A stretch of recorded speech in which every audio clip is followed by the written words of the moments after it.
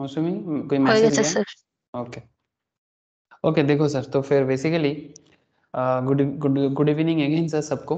अच्छा, तो बेसिकली क्या है, आज मैं आप लोगों को ना फाइनेंशियल मैनेजमेंट का ना, जिन लोगों ने पूरा कंप्लीट कर चुका उनके लिए ठीक है, मैं एक बार पूरा गो थ्रू कराना चाहता हूँ, मतलब बेसिक लेवल, ठीक है। जैसे ये एफएम है क्या, मतलब इसको थ्योरेटिकल एस्पेक्ट भी बोल सकते हो, बट ये इंट्रोडक्शन ऑफ एफएम और साथ में ना टाइम वैल्यू ऑफ मनी का जो कॉन्सेप्ट है वो मैं डिस्कस करूंगा आप लोगों के साथ आज, ठीक है। तो थोड़ा रिकॉल भी हो जाएगा और जिनको स्टार्ट करना है वो एकदम स्टार्टिंग से मैटर को समझ भी जाएगा, ठीक है। सो तो पहले मैं कुछ थ्योरेटिकल बातें करूंगा। थ्योरी मतलब क्या है कि ये एफएम क्यों है, किस लिए है। बहुत सारा चीज़ तो ऑलरेडी आप लोग काफ़ी लोग पढ़ चुके हो, और जिन लोगों ने नहीं पढ़ा वो एकदम स्टार्टिंग से देखेगा कि एफएम क्या है, कैसे काम करता है, इसका ऑब्जेक्टिव क्या है। ये सब थ्योरेटिकल क्वेश्चन कई बार छोटा छोटा लेवल में सवाल कर लेता है, ठीक है। तो पहले ना एक ओवरऑल एफएम क्या है, या फाइनेंशियल मैनेजमेंट या फाइनेंस क्या है, इसके बारे में थोड़ा बात करूंगा। फिर मैं आपको लिखाऊंगा कुछ पॉइंट्स, जैसे एफएम में क्या कॉन्सेप्ट काम करता है, उसके साथ इंटरेस्ट का क्या कनेक्शन है, ठीक है। फिर टाइम वैल्यू ऑफ मनी कैसे काम करते हैं, कितना तरह का इंटरेस्ट होता है, ठीक है। तो ये सब बातें आज करने का इच्छा है, तो चलो देखते हैं। हाँ, मैं स्क्रीन शेयर करता हूँ। एकदम बेसिक चर्चा है सर, एकदम basics of finance, in simple बात करें तो बेसिक्स ऑफ फाइनेंस। तो चलो देखते हैं बेसिक्स ऑफ फाइनेंस है क्या, ठीक है। अच्छा, सर ये जो सर बुरा नहीं मानेगा तो एक बार रिपीट कर दीजिएगा क्या? सर वो कॉल आ हाँ, गया था, एक कॉल बहुत आ गया था। बढ़िया। अच्छा, बहुत बढ़िया है तू, मतलब तू, तेरा कंसंट्रेशन लेवल टॉप क्लास का।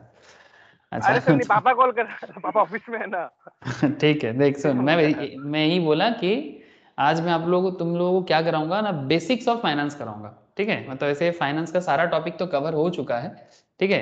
लेकिन आज मैं फिर से रिकॉल भी कराने के लिए, और इंट्रोडक्शन लेवल में जिनको स्टार्ट करना है, वो इंट्रोडक्शन लेवल में आज बहुत लोग ज्वाइन नहीं कर पाया, तो जिनको इंट्रोडक्शन लेवल करना है तो उसको बेसिक लेवल पूरा पता चलेगा। तो बेसिकली आज मैं फाइनेंस क्या है उसके बारे में बात करूंगा, और उसके साथ साथ टाइम वैल्यू ऑफ मनी के बारे में बात करूंगा, ठीक है। जो फाइनेंस का बेस है सर, मतलब जिसके बिना फाइनेंस कुछ नहीं है, मतलब without time value of money finance कुछ नहीं है। मतलब जो टाइम वैल्यू ऑफ मनी नहीं समझ पाएगा ना, वो फाइनेंस क्या समझेगा, कुछ नहीं समझेगा। तो ये दोनों पॉइंट आज मैं बात करने वाला हूँ। तो सबसे पहले कुछ थ्योरेटिकल कॉन्सेप्ट है कि ये फाइनेंशियल मैनेजमेंट या एफएम जिसको हम लोग बोलते हैं, ये कैसे काम करते हैं, ठीक है। फाइनेंस जो है ये कैसे काम करते हैं, एफएम क्या है, इसका कुछ बातें पहले करूंगा आप लोगों से, एंड उसके बाद मैं आप लोगों को लेके जाऊंगा टीबीएम पे, ठीक है। That is time value of money concept. But time value of money करने से पहले आप लोगों को मैं और एक इंटरेस्टिंग चीज बताऊंगा। इंटरेस्टिंग चीज क्या है, इंटरेस्ट के बारे में बात करूंगा। आप लोग ये बैंक लेवल में ये चीज जरूर देखे होंगे, बैंक हमें इंटरेस्ट प्रोवाइड करता है ना। हाँ मौसमी, जस्ट मैं पूछ रहा हूँ कि बैंक हमें इंटरेस्ट प्रोवाइड करते हैं, हम भी बैंक को इंटरेस्ट देते हैं। मतलब सिंपल है कि अगर मानो कि कोई फाइनेंशियल इंस्टीट्यूशन, बैंक को क्या बोल सकते हैं, फाइनेंशियल इंस्टीट्यूशन बोल सकते हैं ना। Bank, post office, LIC institutions, mutual funds, क्या इनको हम लोग बोल सकते हैं कि ये लोग फाइनेंशियल इंस्टीट्यूशंस है? हाँ बोलो ना, हाँ सर, हाँ है सर। है सर। ना। तो ये फाइनेंशियल इंस्टीट्यूशन क्यों कहते हैं, बिकॉज ये फाइनेंस संभालते हैं, लोगों को फाइनेंस करते हैं, है ना। तभी तो ये फाइनेंशियल इंस्टीट्यूशन कहते हैं। जब भी बिजनेसमैन को पैसे की जरूरत होता है ना, किसी को भी, चाहे बिजनेसमैन हो, कोई फैमिली मैन हो, हाँ, बिजनेसमैन, फैमिली मैन, जब भी उनको पैसा का जरूरत होता है वो कहाँ कहाँ डाका डालते हैं, मतलब कहाँ पर पहुंचते हैं, डाका तो नहीं डाल सकता, हाँ सर, कहाँ पहुंचते हैं, ऑब्वियसली किसी फाइनेंशियल इंस्टीट्यूशन तक बैंक। पहुंचते हैं, है ना, जिसको हम लोग प्यार से बोलते हैं बैंक, है ना। तो ये बैंक इंटरेस्ट कैसे प्रोवाइड करता है, इंटरेस्ट प्रोवाइड करने के पीछे क्या कॉन्सेप्ट काम करता है। आपको सेविंग्स अकाउंट में बैंक क्यों 3% या 4% इंटरेस्ट प्रोवाइड करते हैं, एफडी में क्यों क्यों एफडी में 6% 7% के आसपास का इंटरेस्ट देते हैं। अगर आप सर वो लोग अर्न करते हैं ना हम लोगों के पैसे से। अरे नहीं, सुनो बात, हम लोग का अर्न करते हैं, सॉरी हम सर। ही प्रोवाइड करते हैं, लेकिन इसके पीछे इकोनॉमी क्या है, it's a very interesting fact, wait करो बताऊंगा, ठीक है। मतलब ऐसे ही नहीं होता, कुछ रीजंस होता है ऑब्वियसली, जैसे वो हमसे अर्न करते हैं, हम उनके पास पैसा डिपॉजिट रखते हैं, वो उसको इन्वेस्ट करता है, लेकिन सवाल ये उठता है कि ये इंटरेस्ट देने के पीछे क्या फाइनेंशियल मैटर काम करता है, ठीक है। तो इसके लिए आपको ना फाइनेंशियल वर्ल्ड समझना पड़ेगा, ठीक है, एकदम बेसिक बात कर रहा हूं आपसे, ठीक है। तो एफडी में रेट क्यों ऐसा है, सेविंग्स में रेट क्यों ऐसा है, ठीक है। अगर जैसे मानो कोई अगर बैंक में पैसा नहीं रखना चाहता, बिकॉज बैंक में रिटर्न कम है, ऐसा लोग कहते हैं ना सर, बैंक में रिटर्न कम है, मैं भी मानता हूं बैंक में रिटर्न कम है, बट सवाल ये उठता है जब इंसान जो थोड़ा पढ़ा लिखा हो जाता है, थोड़ा रिस्क लेने का ताकत आ जाता है, वो बोलते हैं मुझे बैंक में पैसा ज्यादा नहीं रखना है, मैं तो म्यूचुअल फंड में डाल दूंगा, मैं तो स्टॉक मार्केट में डाल दूंगा। हाँ सर। और जब भी वो म्यूचुअल फंड या स्टॉक मार्केट में पैसा इन्वेस्ट कर देता है, ठीक है, तो वो क्या सोचते हैं कि मेरे को कम से कम 10% से ज्यादा तो चाहिए, है ना, कम से कम 12% 15% रिटर्न तो हमें चाहिए। स्टॉक मार्केट में तो बंदा 100% सोचता है, 50%, कम से कम 25-30% तो सोचता ही है स्टॉक मार्केट में। तो सवाल ये उठता है कि आप क्यों इतना डिमांड करते हो? इसके पीछे ऑब्वियसली सिंपल रीजन है कि हमें ज्यादा पैसा चाहिए। लेकिन क्या आपके चाहने से ही सब काम बन जाएगा? The point is that sir. तो वेट करना सर, थोड़ा सा वेट करना, मैं सब बताऊंगा, ये इंटरेस्ट के पीछे का कहानी बताऊंगा आप लोगों को। बट उससे पहले फाइनेंस रिलेटेड कुछ बेसिक बात, ओके, एक बार सुन लो पहले। ये फाइनल लेवल में फाइनेंशियल मैनेजमेंट का एक दूसरा नाम, ऐसे वर्ल्ड वाइड भी बड़ा पॉपुलर है, यूएस वगैरह में इसको स्ट्रेटेजिक फाइनेंशियल मैनेजमेंट भी बोलते हैं, बिकॉज बिजनेस को अल्टीमेटली स्ट्रेटेजी करके चलना पड़ता है। जब बिजनेस लॉन्ग टर्म व्यू में चलता है ना, जब बिजनेस में लॉन्ग टर्म व्यू चलता है तो उसको स्ट्रेटेजिक फाइनेंशियल मैनेजमेंट भी कहा जाता है। और अगर शॉर्ट टर्म व्यू है ना, उसको टैक्टिकल बोलते हैं। क्या बोलते हैं सर? शॉर्ट टर्म व्यू को टैक्टिकल फाइनेंशियल मैनेजमेंट बोलते हैं। तो दो तरह का financial management concept world wide दिखता है, ठीक है। उसमें ऑब्वियसली नॉर्मल एफएम और strategic financial management almost same, ठीक है। लेकिन अगर शॉर्ट टर्म व्यू में कोई फाइनेंस काम करता है ना, तो उसको टैक्टिकल एफएम बोलते हैं, ठीक है, कि शॉर्ट टर्म व्यू में कैसे चले। तो चलो देखते हैं, एसएफएम और एफएम मतलब दोनों को आप इंटरचेंजेबली यूज कर सकते हो, मतलब फाइनेंशियल मैनेजमेंट या फिर आप ऐसे बोलो स्ट्रेटेजिक फाइनेंशियल मैनेजमेंट। तो ये एसएफएम क्या है, ये फाइनेंशियल मैनेजमेंट क्या है? Strategic financial management means not only managing a company's finances, but managing them with the intention to succeed, that is to attain the company's long-term goals and objectives and maximize shareholders' value over time. तो FM का क्या objective बना? हाँ sir, what is the basic purpose of मतलब reading और studying financial management? Basic objective है sir, share holders का जो वैल्यूएशन है ना, शेयर होल्डर का जो पैसा है उसको मैक्सिमाइज करना ओवर ए टाइम, ठीक है। जो शेयर होल्डर मतलब कौन? जो बिजनेस करते हैं ना।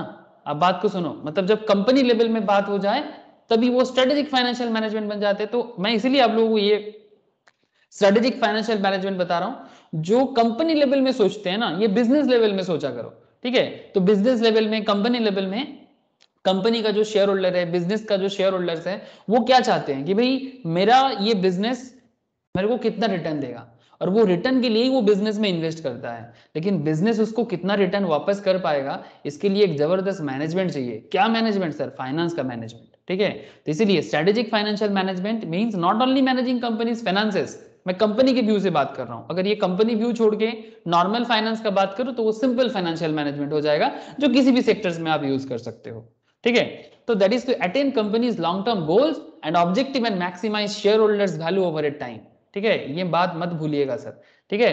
कंपनी का मतलब बिजनेस का प्रॉफिट को मैक्सिमाइज करना और शेयर होल्डर्स का वैल्यू को मैक्सिमाइज करना, यही मेनली एफएम का मेन पर्पस है। यही रीजन है कि आप एफएम पढ़ते हो, ठीक है, और कोई रीजन नहीं है। पैसा को इंप्रूव करना, शेयर होल्डर्स का वेल्थ को इंप्रूव करना, दैट इज द रीजन आप एफएम पढ़ते हो। तो ये एफएम क्यों पढ़ते हो ये भूलने का नहीं है सर, ठीक है। अच्छा, सिर्फ पढ़ने का बात है नहीं। जब कंपनी में एज ए फाइनेंस मैनेजर, जैसे आज ही 2-3 कॉल आया था फाइनेंस जॉब के लिए सर, ठीक है। तो वो लोग बेसिकली चार्टर्ड क्वालिफाइड या सीए इंटर क्वालिफाइड या सीए में इंटर क्वालिफाइड ढूंढ रहे हैं, ठीक है। तो फाइनेंस के काम के लिए तो मैं किसी किसी को बोला जो लोग क्वालिफाइड हैं, तो देखते वो लोग अप्लाई करेगा कि नहीं करेगा, I don't know. But basically point समझ रहे हो ना सर, कंपनी का फाइनेंस संभालना कोई आसान बात नहीं है, उसके लिए आपके पास स्किल सेटअप होना चाहिए। Strategic FM में the financial management is about creating profits for business over the long run. ध्यान से सुनना, की टेकअवेज मतलब FM का main points. It seeks to maximize return on investment for stakeholders. Stakeholders मतलब आप शेयर होल्डर्स भी बोल सकते हो, ठीक है। It seeks to maximize return on investment और for stakeholders मतलब जो कंपनी मार्केट में पैसा लगाते हैं, बिजनेस करते हैं, वो किसके लिए पैसा अर्न करना चाहता है? ऑब्वियसली स्टेक होल्डर्स के लिए। सर कंपनी खुद के लिए अर्न करना चाहता है, अरे भाई कंपनी का जो प्रोमोटर है वो भी कंपनी का स्टेक होल्डर्स है ना, जो कंपनी बनाया, ठीक है, जैसे रिलायंस में जो मुकेश अंबानी है, पेटीएम में जो विजय शेखर शर्मा है, या फिर आपके बिजनेस पे आप हो, ठीक है, जिसका जैसा बिजनेस उसको वैसा स्टेक होल्डर्स, चाहे प्रोमोटर पार्टी हो या फिर आउटसाइड शेयर होल्डर जो कंपनी के प्रोमोटिंग में नहीं है बट कंपनी के बिजनेस में शेयर मार्केट के थ्रू से ही हो इन्वेस्टमेंट किया है, ठीक है, चाहे प्रोमोटर हो या फिर कोई जनरल शेयर होल्डर्स हो, ठीक है, सभी के लिए बात कर रहा हूं, उसका एक ही काम है sir, it seeks to maximise return on investment for stake holders. ये एफएम का एक बहुत बड़ा काम है sir. This differs from tactical management, tactical management which looks to seize near term opportunities. Tactical finance क्या करता है ना सर, वो शॉर्ट टर्म मूवमेंट में देखता है कि किस शॉर्ट टर्म में कैसे किया जाए, बट जो नॉर्मल एफएम है ना या स्ट्रेटेजिक फाइनेंस है वो लॉन्ग टर्म में सोचते हैं। ये financial planning strategic and focuses on long term gain. Strategic financial management या फाइनेंशियल मैनेजमेंट लॉन्ग टर्म में सोचते हैं। Strategic financial planning varies by company, industry and sector. ध्यान से समझना सर, ये industry wise, company wise, sector wise change होता है। सबके लिए सेम स्ट्रेटेजी नहीं काम करता, सबके लिए एक ही स्ट्रेटेजी काम नहीं करेगा। मैं आपको थोड़ा और डिटेल्स में समझाता हूँ, रुको सर। जो लोग बहुत सारा चैप्टर कर लिए हो ना, जैसे मौसमी को जरूर पता होगा, हाँ मौसमी, कॉस्ट ऑफ कैपिटल, यार याद है कि नहीं है, कैपिटल बजटिंग है ना, cost of capital, capital budgeting, या फिर कैपिटल एक्सपेंडिचर डिसीजन के नाम से भी जाना जाता है, ठीक है, ये सब जो टॉपिक है, वर्किंग कैपिटल मैनेजमेंट, हाँ, या फिर डिविडेंड डिसीजंस, इतना सारा चैप्टर, बहुत सारी चीजें आप पढ़ के आए हो, कैपिटल स्ट्रक्चर, लेवरेज, मतलब मैं नाम खत्म नहीं कर पाऊंगा, ठीक है, जो आप लोग कर चुके हो, ठीक है, जिन्होंने नहीं किया वो बाद में धीरे धीरे सब कुछ करेगा फिर से, ठीक है। तो कॉस्ट ऑफ कैपिटल हो गया, कैपिटल बजटिंग हो गया, वर्किंग कैपिटल मैनेजमेंट हो गया, डिविडेंड डिसीजंस हो गया, कैपिटल स्ट्रक्चर हो गया, लेवरेज हो गया, ये सब क्यों करते हो, ये पूरा ओवरऑल फाइनेंस को संभालने के लिए करते हो, ठीक है। इसीलिए बोल रहे थे strategic financial management varies by company, industry and sector. तो sector to sector, company to company finance का यूज चेंज हो जाएगा, प्लानिंग बदल जाएगा। Understanding financial management is about creating profit for the business. ये फाइनेंस क्या करता है, फाइनेंस बेसिकली प्रॉफिट क्रिएट करता है बिजनेस के लिए, बिजनेस के लिए प्रॉफिट क्रिएट करता है। बड़ा सिंपल तरीका है, मैं आपको अभी समझाता हूं, पहले कुछ स्टोरी सुन लो, ठीक है, ये फाइनेंस का स्टोरी है। And ensuring acceptable return on investment, financial management is accomplished through business financial plans, is accomplished through business financial plans, setting up financial controls and financial decision making। तो क्या क्या करोगे, पहले प्लान बनाओगे, finance के लिए plan होना जरूरी है। कोई भी बिजनेस करो, कोई भी स्टार्टअप हो आपका, ठीक है, ऐसे ही स्टार्टअप नहीं चलता, स्टार्टअप में प्रॉपर प्लान होना चाहिए। सिर्फ हवा में उड़ने से प्लान नहीं होता है, ठीक है, मतलब बहुत लोग ना ऐसे सोचते हैं, अरे भाई मतलब तगड़ा प्लान है मेरे पास, अभी करूंगा ना अभी चल जाएगा, ऐसा नहीं होता। तगड़ा प्लान होने से ही नहीं होता, प्लान को एग्जीक्यूट करने के लिए आपके पास तगड़ा फाइनेंशियल प्लान होना चाहिए, और उस प्लान पे काम करने के लिए आपके पास तगड़ा कंट्रोलिंग भी होना चाहिए, ठीक है। ऐसा नहीं कि कुछ भी लोन ले लिया, ठीक है, और लोन रीपे करने का औकात भी नहीं बन पा रहा है। आपको बात समझ में आ रहा है सर, मैं बड़ा पाती मतलब सिंपल तरीके से समझाने का कोशिश कर रहा हूँ। आपको लोन मिल गया सर, आपका पापा का एसेट्स है, आपको लोन मिल गया, ठीक है, आपने 50 लाख का लोन बैंक से ले लिया, ठीक है, या फिर 10 लाख का लोन ले लिया, बहुत बढ़िया, आपने इन्वेस्ट भी कर दिया बिजनेस में, लेकिन लोन रीपे करने का दम होना चाहिए बिजनेस पे, और वो भी कंट्रोलिंग वे में। ऐसा नहीं कि कुछ भी कर लिया, ऐसा नहीं होता, रियल में इतना आसान नहीं होता है बिजनेस को करना। अगर इतना आसान होता ना तो ज्यादातर लोग जॉब के पीछे नहीं बिजनेस के पीछे भागता। लोग डरते हैं सर, बिजनेस के पीछे भागने में लोग डरते हैं ना। अरे क्या लगता है तुम लोगों को, क्या लोग सच में मतलब जितना लोग जॉब के पीछे भागते हैं क्या उतना लोग बिजनेस करने के पीछे भागते हैं कि भाई चलो बिजनेस बनाते हैं, हाँ, या फिर ज्यादातर लोग क्या सोचते हैं, चलो यार कॉम्पिटिटिव की तैयारी करते हैं। क्या सुनते हो ज्यादा, बोलो ना, हाँ कॉम्पिटिटिव की तैयारी। ठीक है, जॉब या बिजनेस में जब भी आप सुनोगे ना, आपको यूथ में, इंडियन यूथ में कम से कम, ठीक है, ये चीजें दिखेगा नहीं। इवन अगर एक क्लास में 100 बच्चा भी पढ़ता है ना, 100 बच्चे में से आपको 2 बच्चा भी ऐसा मिलना मुश्किल हो जाएगा, शायद मैग्नीफाइंग ग्लास से देखना पड़ेगा कि भाई वो बिजनेस के पीछे भाग रहा है, कि भाई मेरे को एक बड़ा बिजनेस करना है, ठीक है। 2 बच्चा ढूंढ के दिखाओ, बहुत मुश्किल का बात है सर, 2% ऑनली। लेकिन जॉब के पीछे सब भागता है, क्यों, अरे भाई तैयारी करेंगे, दूसरे ने बिजनेस बनाया, मैं उसके बिजनेस में जॉब कर लूंगा, जो भी नौकरी देगा मेरे को, जो भी नौकरी देगा मैं कर लूंगा। बड़ा नौकरी होगा, 1 करोड़ की पैकेज भी हो सकता है और 10,000 की पैकेज भी हो सकता है, बट मैं कर लूंगा। लेकिन बिजनेस को बिल्ड करने के लिए जो ताकत होना चाहिए ना, सिर्फ आइडिया नहीं है सर। आइडिया में तो ठीक है, आइडिया में बहुत लोगों के पास आइडिया मिल जाता है, बट आइडिया को एग्जीक्यूट करने के लिए जो फाइनेंस को मेंटेन करना है ना, इट्स नॉट सो इजी। मतलब इजी क्यों नहीं है, आप इतना टफ क्यों बोल रहे हो? अरे भाई वही तो है खेल, कि आपको कब कितना पैसा का जरूरत है, बिजनेस को कब कितना पैसे का जरूरत है, और कितना पैसा मार्केट में इन्वेस्ट कर सकते हैं, मार्केट से कितना रिटर्न मिल सकता है, और कितना मैं लोन का इंटरेस्ट रिपे कर सकता हूं, और कितना मेरा प्रॉफिट रहेगा, कितना मेरा इंटरनल रिटर्न रहेगा, और कितना रिटर्न को मैं फिर से बिजनेस में प्रॉफिट में इन्वेस्ट कर सकता हूं। ये बोलना जितना आसान है, रियल में इतना आसान नहीं होता। क्या लगता है अनुज तेरे को? जितना बोलना आसान है, रियल में इतना आसान हो जाता है क्या? हाँ, एकदम नहीं, अच्छा, एकदम नहीं है। अच्छे अच्छे का निकल जाता है सर, अच्छे अच्छे का निकल जाता है। आप लोग बिग बाजार का नाम तो सुने होंगे, हाँ? और कौन नहीं सुना सर? इतना बड़ा ब्रांड सर, इतना बड़ा ब्रांड बिग बाजार, जानते हो ना सर? बिग बिग बाजार बिक गया है। हाँ, अरे ये तो खबर नहीं होगा, सर, नहीं जानते? नहीं पता सर।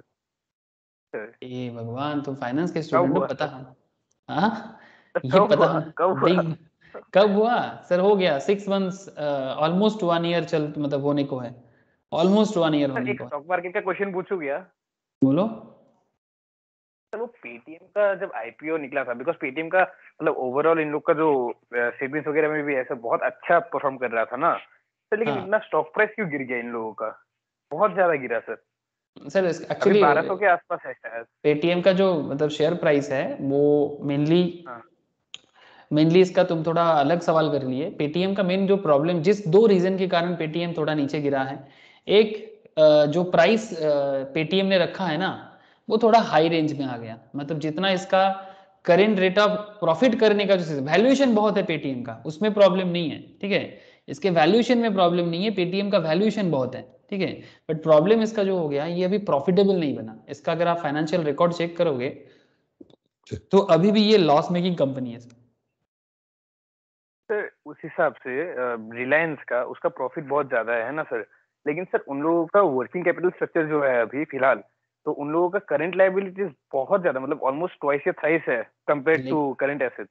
हाँ, लेकिन वही तो बात है ना सर, यही तो फंडामेंटल्स है। अब मार्केट मेनली उसी कंपनी में इन्वेस्ट करना पसंद करता है, ठीक है? देखो, यहाँ पर दो तीन तरह का लोग हैं। अगर आप लॉन्ग टर्म सोचते हो, तो मैं आपको बोलूंगा कि पेटीएम अगर आपके होल्ड में है, आप चुपचाप होल्ड करके रखो, ठीक है? 2 साल, 4 साल, 5 साल के लिए चुपचाप रख दो, ये पेटीएम कहाँ जाएगा आप पता भी नहीं चलेगा आपको, ठीक है?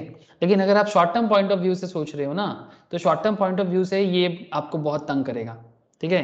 बिकॉज सबसे बड़ी बात जो है ना, पेटीएम का जो लेटेस्ट क्वार्टर का प्रॉफिट एरिया है, ठीक है, आप देख सकते हो, जून 2021 क्वार्टर में इसका 381, मतलब ऑलमोस्ट 400 करोड़ की लॉस है, ठीक है? उससे पहले 284 करोड़ की लॉस है। अगर आप लास्ट 2-3 साल के देखो, तो 4000-2000 करोड़ की लॉस है। तो ये लॉस मेकिंग कंपनी का शेयर प्राइस अगर 2000 से भी ज्यादा, ठीक है, ये एक्सपेंसिव है, काफी एक्सपेंसिव स्टॉक प्राइस हुआ है इसका, मतलब आईपीओ में, ठीक है? इसीलिए आईपीओ लिस्टिंग के बाद, ठीक है, आईपीओ लिस्टिंग के बाद, और दूसरा एक पॉइंट जो था, बहुत पैसा ये मार्केट से उठाने का बात का मतलब ये किया, 18,000 करोड़। अभी तक इंडिया में कोई कंपनी इतना पैसा उठाने का साहस नहीं है। ये जो 18,300 करोड़ का जो बात है ना सर, आज तक कोई कंपनी ये वाला साहस नहीं दिखाया सर, आप समझ सकते हो? तो ये एक रीजन बना कि इतना बड़ा आईपीओ, एक्चुअली बहुत सारा शेयर होल्डर था पेटीएम में, जो पेटीएम में बहुत दिनों से इन्वेस्ट करके रखा था, वो एक्चुअली आईपीओ के टाइम पे निकलना चाहता था। इसमें बड़ा फंडामेंटल्स पॉइंट है कि अगर कोई बड़ा इन्वेस्टर निकल के जाना चाहता है, तो मार्केट अगर शेयर इन्वेस्ट हो जाए ना, तो वो उसको पैसा मिल जाएगा और वो बाहर निकलेगा, बिकॉज वो इतना दिन कंपनी में इन्वेस्ट करके रखा था। तो अभी पेटीएम का जो न्यू सिनारियो है, वो न्यू सिनारियो में अभी इसका जो प्रॉफिट मेकिंग कॉन्सेप्ट है ना, उसमें इसका बिजनेस में प्रॉब्लम है। बिकॉज पेटीएम बैंक तो बना है, ठीक है, लेकिन ये फुल फ्लेज बैंक नहीं बना अभी। पेटीएम उतना मतलब लोन नहीं दे सकता डायरेक्टली, ठीक है? ये सब अगर चालू हो जाएगा ना, ठीक है, हो जाएगा, बहुत जल्दी जल्दी चालू होगा मेरे हिसाब से, तो तभी होगा। और इसका जो सबसे बड़ा जो कॉम्पिटिटर मार्केट में आ गया ना, दैट इज यूपीआई। यूपीआई आने के बाद पेटीएम का बिजनेस में प्रॉब्लम हो गया। पहले जो वॉलेट सिस्टम होता सर था, वो लेकिन हाँ बोलो। सर पेटीएम का एक फीचर बहुत ज्यादा अच्छा है, जो मतलब शायद सर अभी तक, मतलब मैं एक्सिस का यूज करता हूँ, एचडीएफसी का भी यूज करता हूँ, इन लोग का ऑनलाइन बैंकिंग भी करता हूँ, सब में एक में भी फीचर नहीं है। पेटीएम में क्या है ना सर, आप कार्ड डायरेक्टली ऑनलाइन, मतलब यू यूजिंग पेटीएम, सर आपको ब्लॉक करना है, कार्ड गुम गया, इमीडिएट आप ब्लॉक कर सकते हैं, अनब्लॉक कर सकते हैं। and वो छोड़ के सर वो वाईफाई पेमेंट जो भी है सर, बहुत अच्छा अच्छा फीचर्स है पेटीएम में। अरे तभी तो इसका बिजनेस का वैल्यूएशन बना हुआ है। कौन बोला कि इसका बिजनेस वैल्यूएशन नहीं है? वैल्यूएशन पूरा है इसका। इसका फ्यूचर भी जबरदस्त है, इसका टेक्नोलॉजी भी हाई फाई है, वर्ल्ड का टॉप टॉप इन्वेस्टर इसमें इन्वेस्ट करके रखा है, मजाक थोड़ी है। हाँ, तब कोई छोटा मोटा कंपनी होता तो इतना बड़ा आईपीओ इसका इशू होता क्या? हाँ, लेकिन जैसे ही इशू हुआ उसके बाद धड़ाधड़ लोगों ने सेल किया, तभी इसका शेयर प्राइस नीचे गिरा है। ठीक है, सिंपल सी पॉइंट है। लेकिन अगर आपके पास है तो होल्ड करके रखो, और ये बहुत दूर जाएगा, लेकिन लॉन्ग टर्म के लिए मिला ही नहीं सोचो। सर मेरे को। ठीक है, अभी मिला ही खरीद नहीं लो। मुझे। अभी तो अच्छा मार्केट है, मिला नहीं तो बहुत अच्छा है, तो अभी हाँ, तो आप तो और सस्ते में अभी खरीद तो अभी सकते हो। अभी कम में कहाँ वो है सर। अभी क्या चल रहा है पेटीएम का? 1200? 1200 शायद सर, मैंने देखा नहीं, बहुत दिन हो गया। नहीं नहीं, लास्ट जब देखा बारह सर सौ वो बारह 1200 के सौ आसपास कुछ था। 1200 के बाद वो फिर से ऊपर उठा था, अभी 1500 1600 होगा। मैं देखा नहीं सर उसके बाद। ठीक है यार, 1490 1500 बोला ना। तो अभी भी ले हाँ, सकते हो, अभी भी ले सकते हो, मार्केट अभी डाउन है इसका। ले सकते हो, लॉन्ग टर्म सोच में ले सकते और हो। सर अदानी का कैसा सर, बिकॉज अदानी तो लास्ट 5 साल में 2200% का रिटर्न दिया है। एंड एक साल में वो 250% का रिटर्न दिया है कुछ। हाँ ऑब्वियसली, अदानी का बिजनेस लेवल अलग ही लेवल है उसका, सब बिजनेस का अलग कॉन्सेप्ट है। तभी तो फाइनेंस कोई, तभी तो सभी बिजनेस का अलग कॉन्सेप्ट है। आप एक कॉन्सेप्ट में सारा के सारे को नहीं डाल सकते, ये गलत हो जाएगा सर। बोला ना आपको, फाइनेंशियल, ये पूरा फाइनेंशियल सिस्टम है, सबका अलग अलग कॉन्सेप्ट है। कौन क्यों बढ़ रहा है, कौन क्यों गिर रहा है, सबके पीछे अलग अलग स्टोरी है, सबका अलग है। तो अगर आप सबका फाइनेंशियल प्लान समझोगे ना, तभी आप बिजनेस के समझोगे, तभी आपको रिटर्न का ख्याल होगा, तभी आपका मार्केट में आप एज ए इन्वेस्टर भी बहुत अपने आप को मतलब जबरदस्त बना पाओगे। इसीलिए तो मैं सबको बोलता रहता हूँ कि चाहे आप स्टॉक मार्केट में इन्वेस्ट करो ना करो फर्क नहीं पड़ता, बट फाइनेंस आपको जरूर जानना चाहिए। फाइनेंशियल मैनेजमेंट जो समझ गया ना सर, उसको वो समझो कि बिजनेस मॉडल को एनालिसिस करना मतलब वो बहुत इजीली कर सकता है बाकी लोगों से। ठीक है, तो यही है ये सब्जेक्ट का दमदार, ये दमदारी इसी है इसका। जो मैं आपको बिग बाजार के बारे में क्यों बोल रहा था, ये जो बिग बाजार है, ये बिग बाजार अपना फाइनेंस कोई तो संभाल नहीं पाया, इसको बेचना पड़ा सर। ये देखो, big Bazaar is also a chain of food Bazaar, fashion big brand factory, home town. ये देखो कहाँ चला गया इसका हिस्ट्री, बिग बाजार फ्यूचर। ये देखो इन 2020 बिग बाजार was acquired by Reliance retail. देख रहे हो सर, बिग बाजार को कौन एक्वायर किया? दिखाई दे रहा है कि नहीं? हाँ सर। लेकिन रिलायंस इंडस्ट्रीज ने एक्वायर तो कर लिया 24,000 करोड़ में। क्यों? बिकॉज किशोर बियानी, मतलब जो बिग बाजार की ओनर है, इसका मार्केट में 25,000 करोड़ की लॉस था। ठीक है, लेकिन बाद में इसका एक दूसरा प्रॉब्लम हो गया, वो अमेजन के साथ कुछ बिग बाजार का प्रॉब्लम हो गया, तो उसको लेके कुछ कोर्ट में केसेस चल रहा है, पेंडिंग कुछ केसेस है, वो भी कंपटीशन कमीशन का खेल है। आप लोग इकोनॉमिक लॉ पढ़ते हो ना, तो उसमें जो कंपटीशन कमीशन का खेल है, वो उसका केस यहाँ पर चल रहा है। ये पूरा competition actually Amazon actually big बाजार को खरीदना चाहता था। ठीक है, तो लेकिन बिग बाजार ने अमेजन को नहीं, रिलायंस को बेचा। और अमेजन का जो आपका कूपन है, वो बिग बाजार यूज करता है, मतलब बिग बाजार का जो कूपन सिस्टम चलता है उसमें अमेजन का इन्वेस्टमेंट है। तो ये सब काफी सारा फैक्ट लेके, ठीक है, ये मार्केट में इसका सुप्रीम कोर्ट में केस चला गया। पहले सिंगापुर कोर्ट में गया, कंज्यूमर कोर्ट में, उसके बाद वो सुप्रीम कोर्ट ऑफ इंडिया में आया, अभी भी पेंडिंग है सर। कुछ दिन में इसका खबर आएगा मार्केट में, अगर आप लोग मार्केट के साथ खबर सुनते हो तो आपको पता चलेगा। मौसमी जानतीस बिग बाजार बिक्री होएगा? अच्छा, हाँ सर। सर अगर अमेजोन केस जीत गया तब तो रिलायंस का वो स्टॉक में भी थोड़ा इश्यूज आएगा ना सर। हाँ। अगर मतलब जो रिलायंस का स्टॉक प्राइस है करेंटली, उसमें भी इश्यूज आएगा ना सर, अगर अमेजोन अगर जीत जाता है।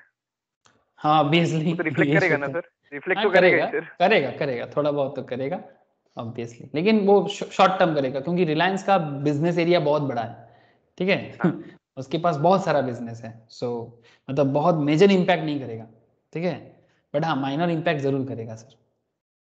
लेकिन अगर देखो अभी क्या करता है सुप्रीम कोर्ट, क्या डिसीजन लेता है। सो आप बात को समझो कि फाइनेंशियल मैनेजमेंट किस तरह से काम करता है। बड़े बड़े, मैं बोला ना आपको, बड़ा बड़ा लोग मुश्किल में पड़ जाते हैं सर।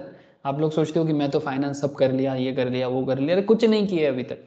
अभी तो बस सुन रहे हो, मतलब स्टार्ट कर रहे हो अभी, ठीक है। तो financial management is accomplish through business financial plan, setting of financial control and financial decision making. Before A company can manage itself strategically, it first needs to define its objective precisely, identify and quantify its available and potential resources, and devise a specific plan to use its finances and other capital resources towards achieving its goal। ठीक है, अपना जो भी capital resources रहता है ना company के पास या बिजनेस के पास, उसको कैसे वो प्रॉपरली यूज करेगा, that is all about finance.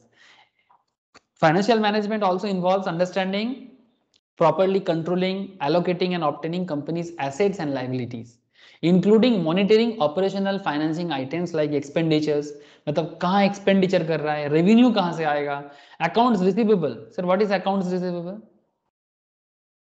मौसमी, accounts receivable क्या होता है, बता सकते हो? Bills receivable. नहीं sir, not bills receivable exactly।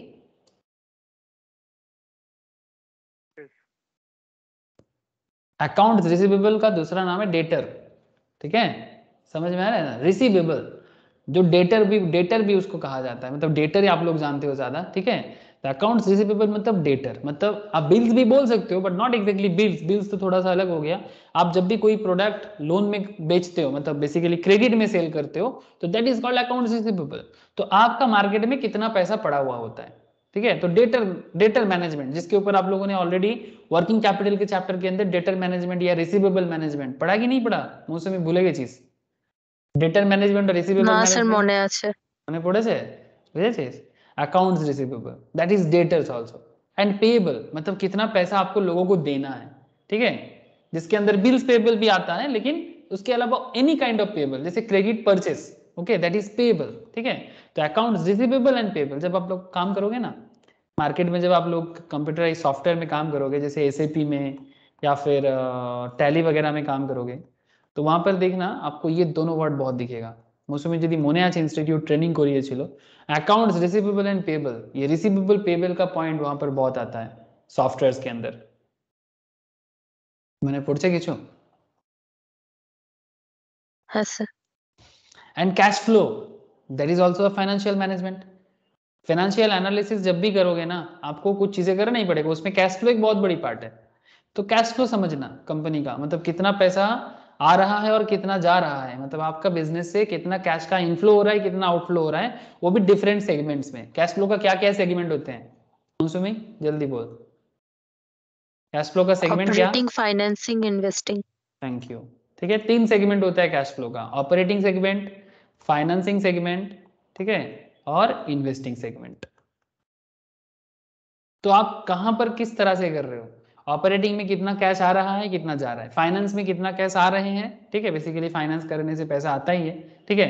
Investing में कितना इन्वेस्ट कर रहे हो, तो कहां पर आपका कैश का कितना फ्लो हो रहा है, और सबके ऊपर बेसिस में, सबके बेसिस में प्रॉफिट का क्या सिचुएशन है एंड प्रॉफिटेबिलिटी, ठीक है, तभी जाके आप फाइनेंस को कंट्रोल कर पाओगे। इसीलिए तो डिफरेंट चैप्टर्स आपको सिखाया जाता है। जब रियल में आओगे ना मार्केट में, जब ओरिजिनली जॉब करोगे या कंपनी संभालोगे अपना, तब आपको समझ में आएगा फाइनेंस क्या चीज है।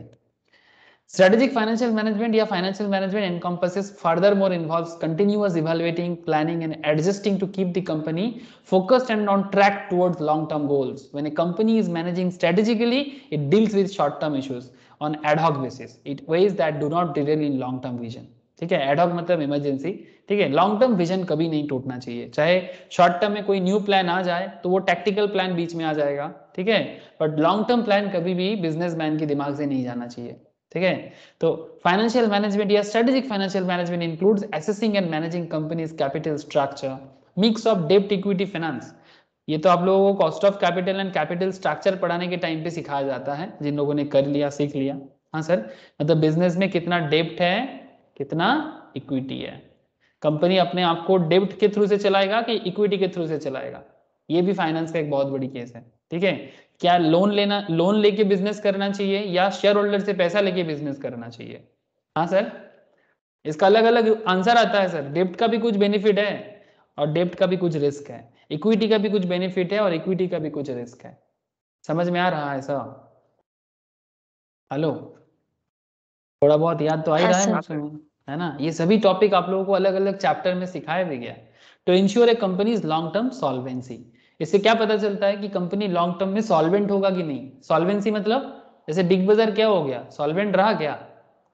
ऐसे करेंटली उसको सेल हो गया तो सॉल्वेंट ही रह गया, बट अगर इसका लोन मार्केट में रह जाता और वो रिपे नहीं कर पाता तो वो क्या हो जाता, इंसॉल्वेंट हो जाता ना, अगर वो सेल ना कर पाता तो।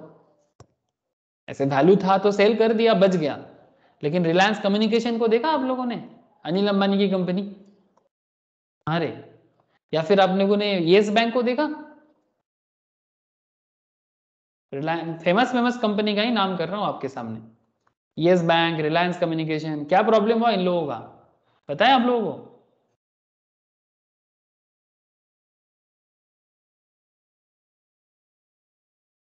रिलायंस कम्युनिकेशन अनिल अंबानी की कंपनी, नाम सुने हो कि नहीं सुने? हाँ सर, सुना है। एक टाइम था मोबाइल नेटवर्किंग कंपनी में बड़ा फेमस कंपनी हुआ करता था। गलती से भी इसका शेयर मत खरीदना अभी, अभी इसके बिजनेस में कुछ ऐसा बात नहीं है, ठीक है। ये देखो क्या बोला है यहाँ पर, Reliance communication limited is an mobile network company headquarter in Navi Mumbai.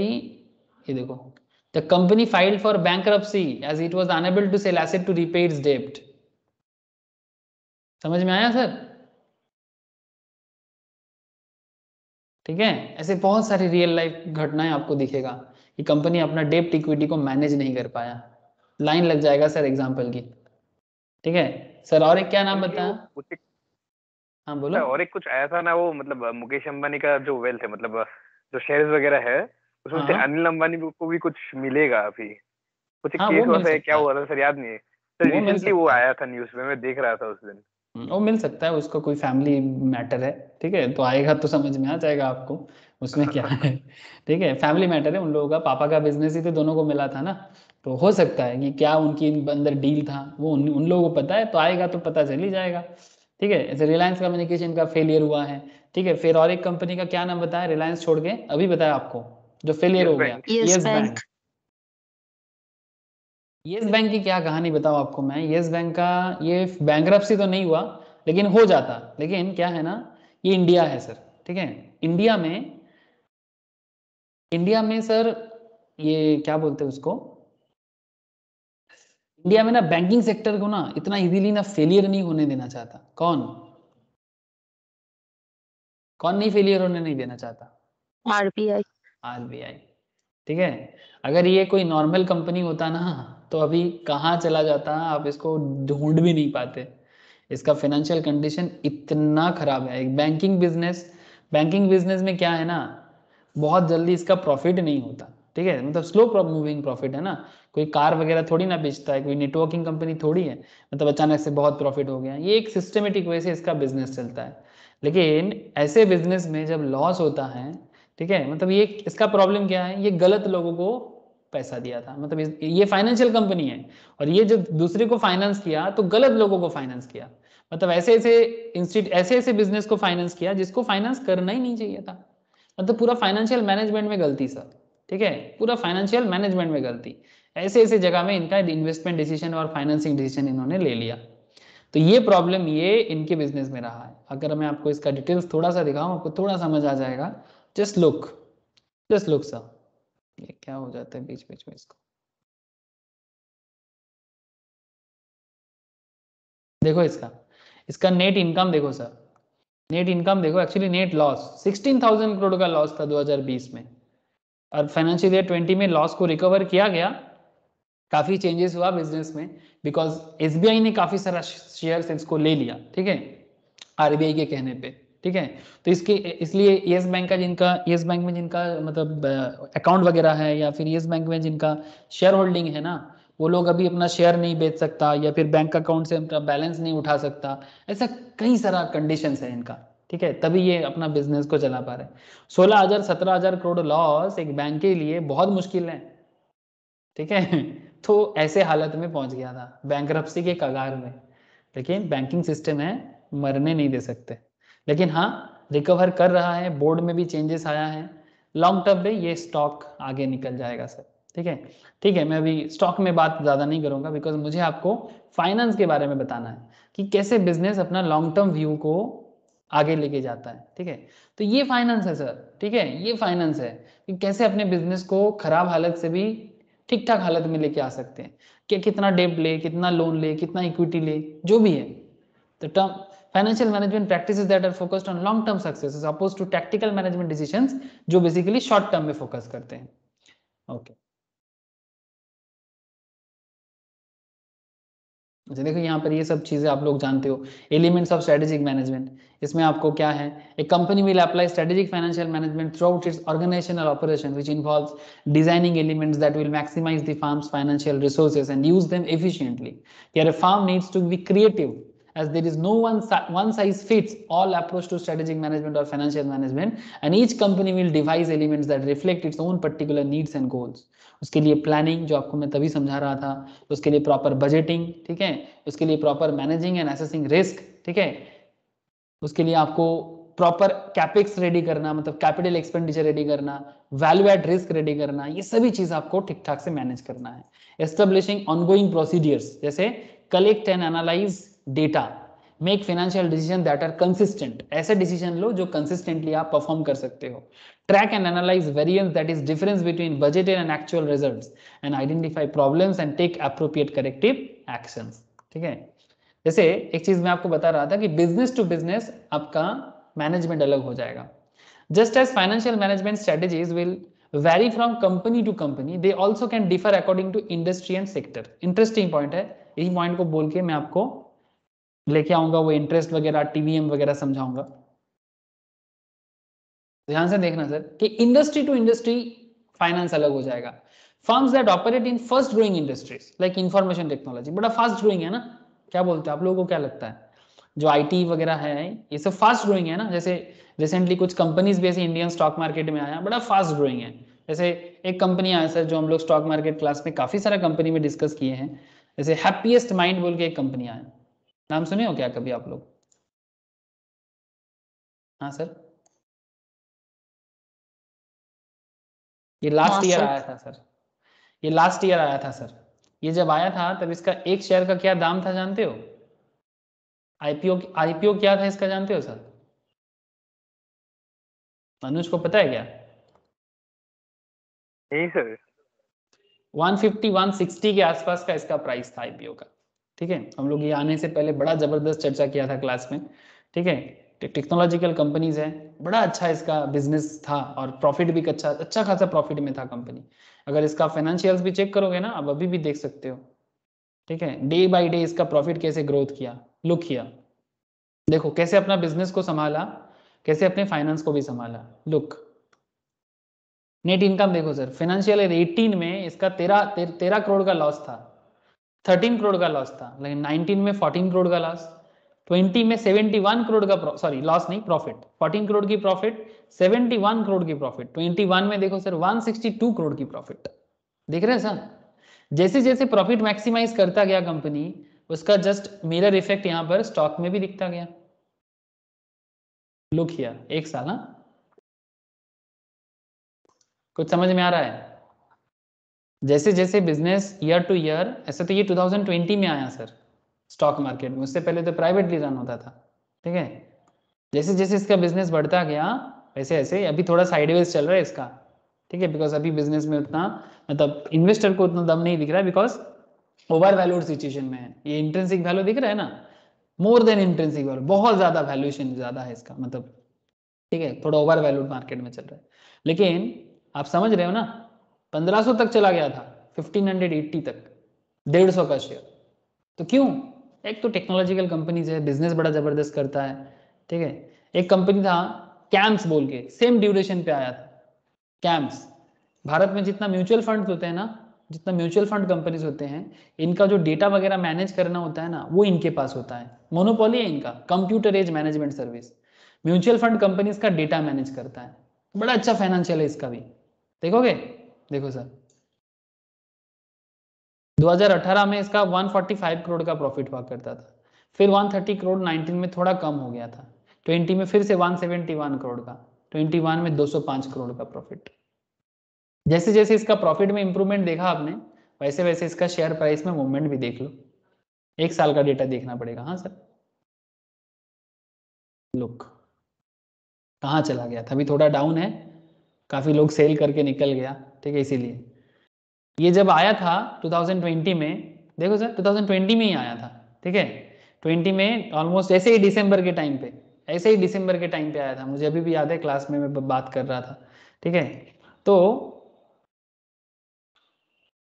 अक्टूबर नहीं, दिसंबर नहीं, अक्टूबर में आया था, यस, ठीक है। तब आया था सर 1300, मतलब एक शेयर का प्राइस आईपीओ था 1200 के आसपास, आईपीओ प्राइस था ऑलमोस्ट 1200 के आसपास, और लिस्टिंग में ऑलमोस्ट वही 1300 1400 के आसपास लिस्टिंग आया था, 100-150 रुपया ज़्यादा। लेकिन क्या, जब हम लोग का क्लास एनालिसिस, अभी भी मेरे पास वो वीडियोस है, आप लोग बोलोगे तो मैं आप लोगों को शेयर करूंगा, ठीक है। ये कैम्स का पूरा एनालिसिस किया गया था कि कैम्स का फ्यूचर क्या हो सकता है, कहाँ तक जा सकता है। तो मैं लॉन्ग टर्म के लिए बोला था, तो जो लोग 1 साल होल्ड करके रखा, आप सोच सकते हो कहाँ से कहाँ पहुंचा। 4000 तक इसका शेयर गया था सर 1 साल में, 4000 तक एक शेयर का दाम। समझ में कुछ आ रहा है सर मैं कहना क्या चाहता हूँ? कहने का मतलब बड़ा सिंपल है सर, ज़्यादा कुछ नहीं बोलूँगा, सिंपल सिंपल बातें हैं कि industry to industry, company to company financial structure अलग हो सकता है। जैसे मैं आपको आईटी टेक्नोलॉजिकल सॉफ्टवेयर कंपनीज के बारे में बात कर रहा था, जिसका फर्स्ट ग्रोइंग है, would want to choose strategies that side their goals for growth and specify movement in positive direction. Their objective, for example, might include launching a new product, increasing gross revenue within next 12 months. Because IT companies है, इनका technology भी थोड़ा fast changes होता है, तो थोड़ा इनका planning अलग होगा। On the other hand slow growing industries, ठीक है, जैसे कि sugar manufacturing industries, coal power production, ये सब स्लो ग्रोइंग है, जैसे कोल इंडिया, शुगर इंडस्ट्रीज, ठीक है। शुगर तो सीजनल है सीजनल बिजनेस करता है, जैसे लास्ट ईयर शुगर में भी बहुत पैसा कमाया लोगों ने, ठीक है, जानते हो शुगर कंपनीज में, जैसे रेणुका, एक है धामपुर, धामपुर अच्छा पैसा कमा दिया सर, धामपुर शुगर। इसका लास्ट ईयर ब्राजील में शुगर प्रोडक्शन नहीं हुआ था, तो इंटरनेशनली बहुत हाई डिमांड हुआ था, समझ रहे हैं सर? हाँ, 1 साल का ग्रोथ देखो सर धामपुर का, तो आप लोगों को कुछ दिखाई दे रहा है सर? हेलो, हाँ सर दिखाई दे रहा है सर, बीच ठीक है में बहुत देखो, फेमस हुआ था ये मिल्स का। हाँ सर सबके मुंह पे यही नाम था सर, धामपुर शुगर मिल्स का लेके बहुत दिन हाँ, तक चला था सर। बहुत दिन, एक्चुअली लास्ट ईयर क्या हुआ था, धामपुर बड़ा बड़ा शुगर मिल है, ठीक है, धामपुर छोड़ के और भी है, रेणुका वगैरह है, ठीक है। तो लास्ट ईयर 2 रीजन था इसका, एक रीजन था, सबसे बड़ा रीजन था कि ब्राजील में प्रोडक्शन नहीं हुआ था, ब्राजील बहुत ज़्यादा शुगर प्रोडक्शन करता है, तो उसका मार्केट भारत के पास आ गया, ठीक है। एंड सेकेंड थिंग था कि भारत में इसके ऊपर एक पॉलिसी लाया था, जो गन्ना प्रोडक्शन होता है ना, वहीं से तो शुगर मिलता है, तो गन्ना प्रोडक्शन के ऊपर बेस करके इथानॉल का एक मैटर है, जो मतलब एक ऑर्गेनिक एक चीजें मिलता है इथानॉल, ठीक है, जो ऑर्गेनिक एक केमिकल टाइप्स में, जो पेट्रोलियम के साथ मिक्स करके पेट्रोलियम इंडस्ट्री में कुछ काम चलता है उसका, ठीक है। तो ये इथानॉल प्रोडक्शन बढ़ रहा था, तो जो भी गन्ना फैक्ट्रीज है जिनका भी, वो इथानॉल से भी प्रॉफिट कर रहा था, तो अभी भी कर रहा है, ठीक है। तो यही रीजन था लास्ट 1 ईयर में, ये जैसे यहाँ पर गिर गया था, बट उसके बाद वो इथानॉल का खबर आने से फिर से ग्रोथ दे दिया, ठीक है। 2 रीजन था, उसके बाद अभी मार्केट फिर से दूसरा कंट्रीज का भी बिजनेस चेंजेस हो गया, उनका भी मार्केट ठीक ठाक हो गया, तो अभी ये क्या कर रहा है, साइडवेज चल रहा है, अभी भी डिमांड है बट उतना नहीं है जितना 2020 के स्टार्टिंग में हुआ था। तभी ये शुगर इंडस्ट्री में ये ग्रोथ दिखा था कि 170 का शेयर 300 350 400 तक पहुंचा था, ठीक है। तो ये वन ऑफ द एग्जांपल्स है। तो लेकिन ये नॉर्मली अगर आप देखो ना तो थोड़ा स्लो मूविंग है, ठीक है, बहुत ऐसे देखो ना 5 साल में देखा स्लो मूविंग है, कभी कभी ग्रोथ देता है, कभी एकदम नीचे आ जाता है, फिर कभी ग्रोथ देता है, फिर नीचे आ जाता है, फिर से ग्रोथ दिया, देखो फिर से धीरे धीरे नीचे आ रहा है। समझ में आ रहा है सर? ठीक है, तो ऐसे ढेर सारा एग्जाम्पल आपके सामने आ सकता है, but you just need to understand how finance work, different industry कैसे काम करते हैं, और उसके ऊपर बेस करके लास्ट मिरर जो है वो स्टॉक मार्केट का मिरर, ठीक है। तो companies in slow going industries like sugar manufacturing, coal power, ठीक है, जैसे आपको कोल इंडिया के बारे में बात करता हूँ, देखो कोल इंडिया बड़ा फेमस स्टॉक है, डिविडेंड देने में बड़ा माहिर है, ठीक है। काफी लोग कोल इंडिया होल्ड करके रखते हैं, डिविडेंड देता है बट ग्रोथ बहुत नहीं है, ठीक है, बिकॉज कोल का जो है, कोल पावर का जो है ना सर, वो सैचुरेटेड मार्केट है, ठीक है, और गवर्नमेंट कंट्रोल मार्केट है, ठीक है, बिकॉज कोल मतलब ऐसे नहीं है कि अंतर कोई उठा नहीं सकता, कोल को लेके कुछ कर नहीं सकता, बिकॉज ये टोटली गवर्नमेंट के कंट्रोलिंग में रहता है, तो कोल को लेके जो भी होता है कंट्रोल में होता है, तो इसीलिए इसका कोई मोनोपोली नहीं क्रिएट कर सकता, जितना है कंट्रोल के थ्रू से है। तो कोल का देखो सर 5 साल का अगर आप इसका ग्रोथ देखोगे, ये देखो सर ग्रोथ तो छोड़ो 5 साल में डाउन ही रहा है, लेकिन अगर आप मैक्सिमम अभी तक का देखोगे तो एक जमाने में 314 का स्टॉक था, फिर कभी 355 420 का था, अभी 166, तो अभी थोड़ा लो में चल रहा है, ग्रोथ है इसका फ्यूचर फिर से आने वाला है सर, बिकॉज इसका इंट्रिंसिक वैल्यू भी, मतलब इसका एक्चुअल वैल्यू, ये सब स्टॉक मार्केट क्लास में सिखाया जाता है, ये how to calculate intrinsic value and how you should choose the stock. Even finance में भी आप लोगों को धीरे धीरे ये सब इंट्रिंसिक वैल्यू सिखाया जाएगा, ठीक है। सो जो पहले किया है कॉस्ट ऑफ कैपिटल में थोड़ा बहुत है, बाकी फाइनल लेवल में कुछ है, ठीक है। बाकी जो लोग स्टॉक मार्केट फंडामेंटल्स पढ़ते हैं वहां पर भी सिखाया जाता है, ठीक है। अभी मैं उतना डिटेल्स में नहीं जाता, लेकिन मेरा कहने का मतलब बड़ा सिंपल है कि अगर इंडस्ट्री स्लो मूविंग है तो आपका फाइनेंशियल प्लान अलग, अगर इंडस्ट्री फास्ट मूविंग है तो आपका फाइनेंशियल प्लान अलग। आप लोगों को समझ में आ रहा है ना sir? that focus on protecting their assets, managing expenses such as reducing administrative cost by a certain percentage, ठीक है। तो ये आपको ध्यान में रखना पड़ेगा। तो ultimately last concept, what are the benefits of financial management या strategic financial management? Having a long-term focus helps company maintain its goals even as a short-term rough patches, opportunities come and go. Short-term में opportunities आता जाता रहता है. Strategic management helps keep firm profitable and stable by sticking to its long-run plan. Financial management not only sets company target but sets guidelines for achieving those objectives even as challenges appear along the way. What is the scope of FM?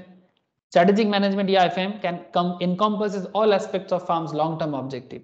Financial management often plans a key role in this, which involves cost reduction. क्या करता है sir? खर्चा कम करना, risk manage करना and budget बनाना, ठीक है। What is the ultimate objective of FM? The goal of strategic financial management या financial management is to ensure that long-term goals are properly planned for the and ultimately met. Long-term goals are properly planned and ultimately met. मतलब long term goal को properly maintain करना है और ultimately उसको पहुंचना है। समझ में आया सर? ये था एफएम का समरी। एफएम क्यों पढ़ना है, किस लिए पढ़ना है, अगर किसी को समरी टिकट समझाना पड़े तो ये एफएम के लिए एकदम बेस्ट समरी मेरे हिसाब से। क्या बोलते हो आप लोग? हाँ सर, ओवरऑल एफएम क्या है इस पर्टिकुलर नोट से आपको समझ में आ गया कि नहीं आया? बोलो सर। हाँ सर, हाँ सर, ठीक है, मौसमी বোঝা গেছে? ক্লিয়ার হয়েছে? है सर। ओके, चलो सर कॉपी पेन रेडी करो। अभी कुछ मेन इंटरेस्टिंग पॉइंट्स, जो इंपॉर्टेंट पॉइंट्स है उसके बारे में बात करूंगा, ठीक है, जो आप लोगों का नोट्स भी बन जाएगा, एग्जाम में लिखने में भी हेल्प करेगा, ठीक है। रेडी है copy pen?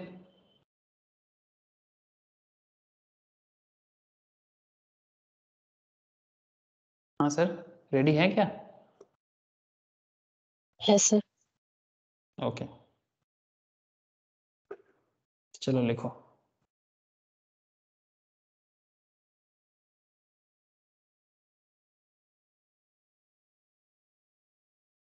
Intro, finance intro या एफएम। तो इंट्रो में लिखिएगा सर, इतना सारा जो पॉइंट में हम लोग अभी इतना देर से बात कर रहे थे उसको अगर मैं 2-4 पॉइंट में आपके साथ शेयर करूं तो क्या मतलब होता है। देखो लिखो sir, there are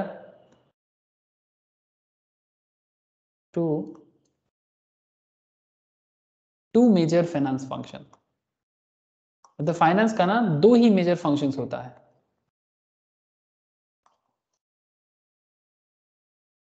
first,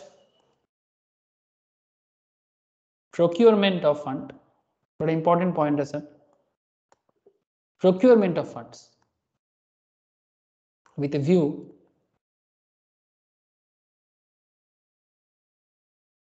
to minimize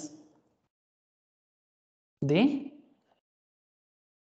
cost of capital। ध्यान से सुनना बात को, पूरा एफएम को समझने का और कभी भी किसी भी पॉइंट में लिखने के लिए बड़ा इंपॉर्टेंट पॉइंट है। There are 2 major finance function, procurement of funds with a view to minimize the cost of capital, जिसको हम लोग प्यार से क्या कहते हैं सर? केसी कहते हैं। And second is the deployment of fund. क्या है? डिप्लॉयमेंट, तो पैसा को कहीं डिप्लॉय तो करोगे, कहीं पर यूज तो करोगे। The deployment of fund with view, with the view, मतलब इसमें क्या व्यू होता है? क्या लगता है आप लोगों को, क्या व्यू होगा? विद द व्यू टू, बोल, maximise return, maximise the rate of return, है ना। ये एफएम का एकदम सिंपल समरी है, ठीक है। ये two major finance function, procurement of fund, बड़ा इंपॉर्टेंट पॉइंट है सा, फंड को जुगाड़ करना, सिंपल है, जुगाड़ू बनना है, पैसा जुगाड़ करना है, भाई कहाँ जुगाड़ लगाए। Procurement of funds with view to minimise the cost of capital, जुगाड़ तो लगा लेंगे बट जुगाड़ का खर्चा क्या करना चाहते हैं, कम, मतलब आप जुगाड़ लगाओ बट जितना चीपली हो सके, जितना सस्ते में हो सके उतना सस्ते में जुगाड़ लगाओ। और deployment of fund with view to maximise the rate of return, ऐसे जगह में पैसा को लगाओ ताकि आपका रिटर्न अच्छा आ सके, ठीक है, इन सिंपल फाइनेंस फंक्शन, ठीक है। ओके, पैरा चेंज करके लिखिएगा, फार्म, फार्म मतलब कंपनी, फार्म और बिजनेस और कंपनी जो भी बोलो, फार्म और company can create wealth for its shareholder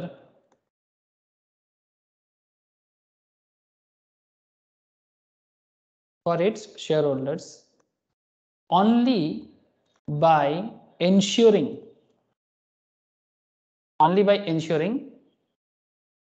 R greater than KC, मतलब कोई भी फार्म अगर वेल्थ क्रिएट करना चाहता है शेयर होल्डर्स के लिए, जो आपको इतना देर से मैं समझा रहा था, तो उसके लिए उसको क्या करना होगा, उसको रिटर्न ज्यादा कमाना होगा कॉस्ट ऑफ कैपिटल से। सर थोड़ा सिंपल तरीके से समझाओ।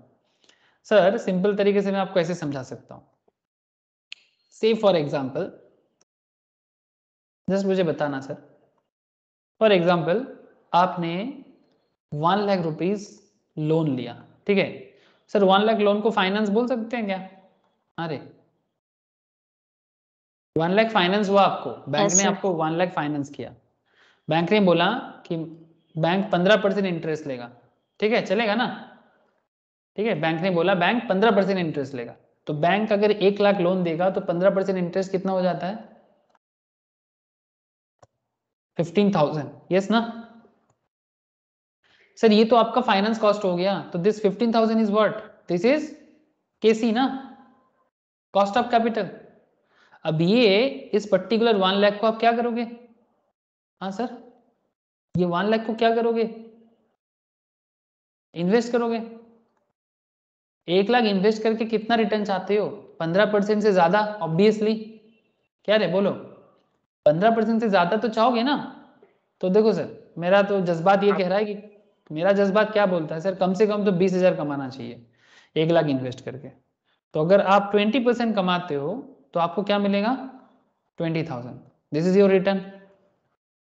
तो सर 20,000 अगर इनकम करते हो और 15,000 अगर आपका एक्सपेंस होता है, मतलब कॉस्ट ऑफ कैपिटल होता है, ठीक है, सो मैं ऐसे बोल सकता हूँ ना कि केसी अगर 15% है, रिटर्न अगर 20% है, इफ दिस कंडीशन, इफ, तभी जाके आप ऐसे बोलोगे ना, ये शेयर होल्डर का वेल्थ कितना इंक्रीज कर पाओगे आप,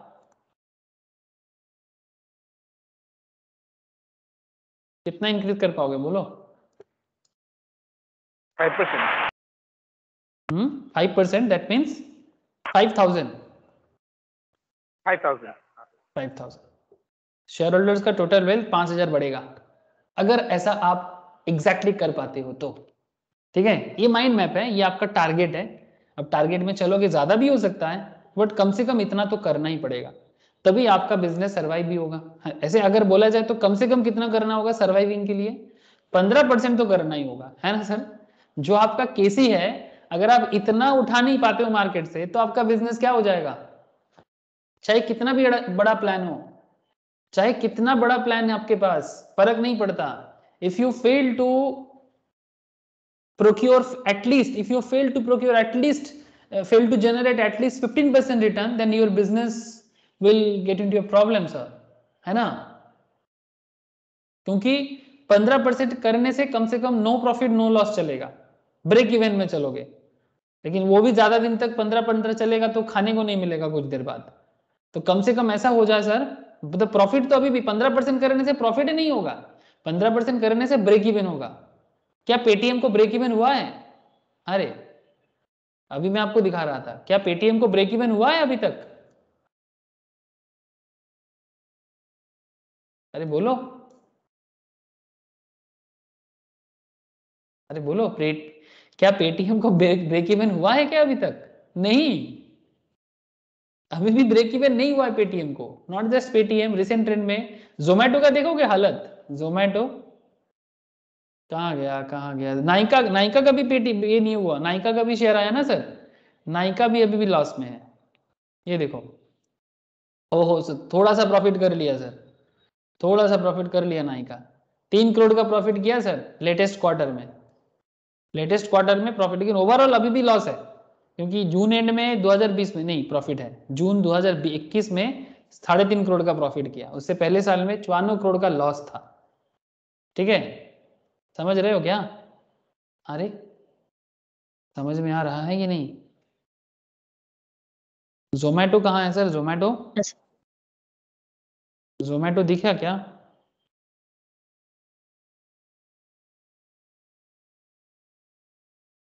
जोमेटो, जोमेटो एक रिसेंटली आया सर, गो फैशन, जानते हो स्लैक्स वगैरह बनाते हैं सर, लेडीज कुर्ती वगैरह होता है ना, कुर्ती स्लैक्स, उसके लिए बड़ा फेमस कंपनी है, गो कलर्स का नाम पे बिकता है, ठीक है, इसका भी देखो आप 19 करोड़ की लॉस है सर, ठीक है, लेकिन बिजनेस इसका अच्छा है, इंडिया का टोटल स्लैक्स मार्केट जो है, कुर्ती मार्केट जो है, ठीक है, लेडीज का, ठीक है, उसमें इसका कम से कम 8% शेयर होल्डिंग है, तो कोई कम नहीं है, भारत का जैसे देश में मतलब लेडीज बॉटम वेयर में 8% shares in branded women's bottom wear market, कोई कम बात नहीं है, इसका बिजनेस है, तभी इसको स्टॉक मार्केट में पैसा उठाने का परमिशन दिया सेबी ने, ठीक है, तो there are lots of concept sir, there are lots of concept जो आपको एफएम पढ़ते पढ़ते ना एकदम, आप एफएम के साथ साथ स्टॉक मार्केट, एफएम के साथ साथ फंडामेंटल एनालिसिस समझोगे ना, मजा आ जाएगा सर, क्या बात करते हो सर, जबरदस्ती मजा आ जाएगा, नहीं सर मुझे तो आता है, मैं रोज एक चीज बोलता हूँ फिर भी मुझे मजा आता है, और आप लोग अगर न्यू न्यू सीखोगे तो आप लोगों को तो और मजा आना चाहिए, अच्छा जबरदस्ती आप सब चीज को मजा ला देते हो, अच्छा ठीक है नहीं बोलूंगा जबरदस्ती, नेक्स्ट सर बात करें, आगे लिखो, अब ये पूरा खेल को समझने के लिए, ये जो पूरा रिटर्न का खेल है, इसको समझने के लिए क्या करना पड़ता है, इसको समझने के लिए आपको बड़ा सिंपल तरीके से बताऊं, ये जो फंक्शन है ना procurement of deployment, both these function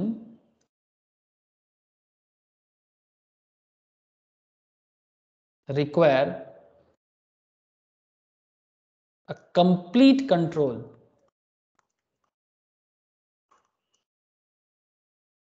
बोला ना सर, फाइनेंस का एक बहुत बड़ा काम है कंट्रोल करना, complete control and understanding,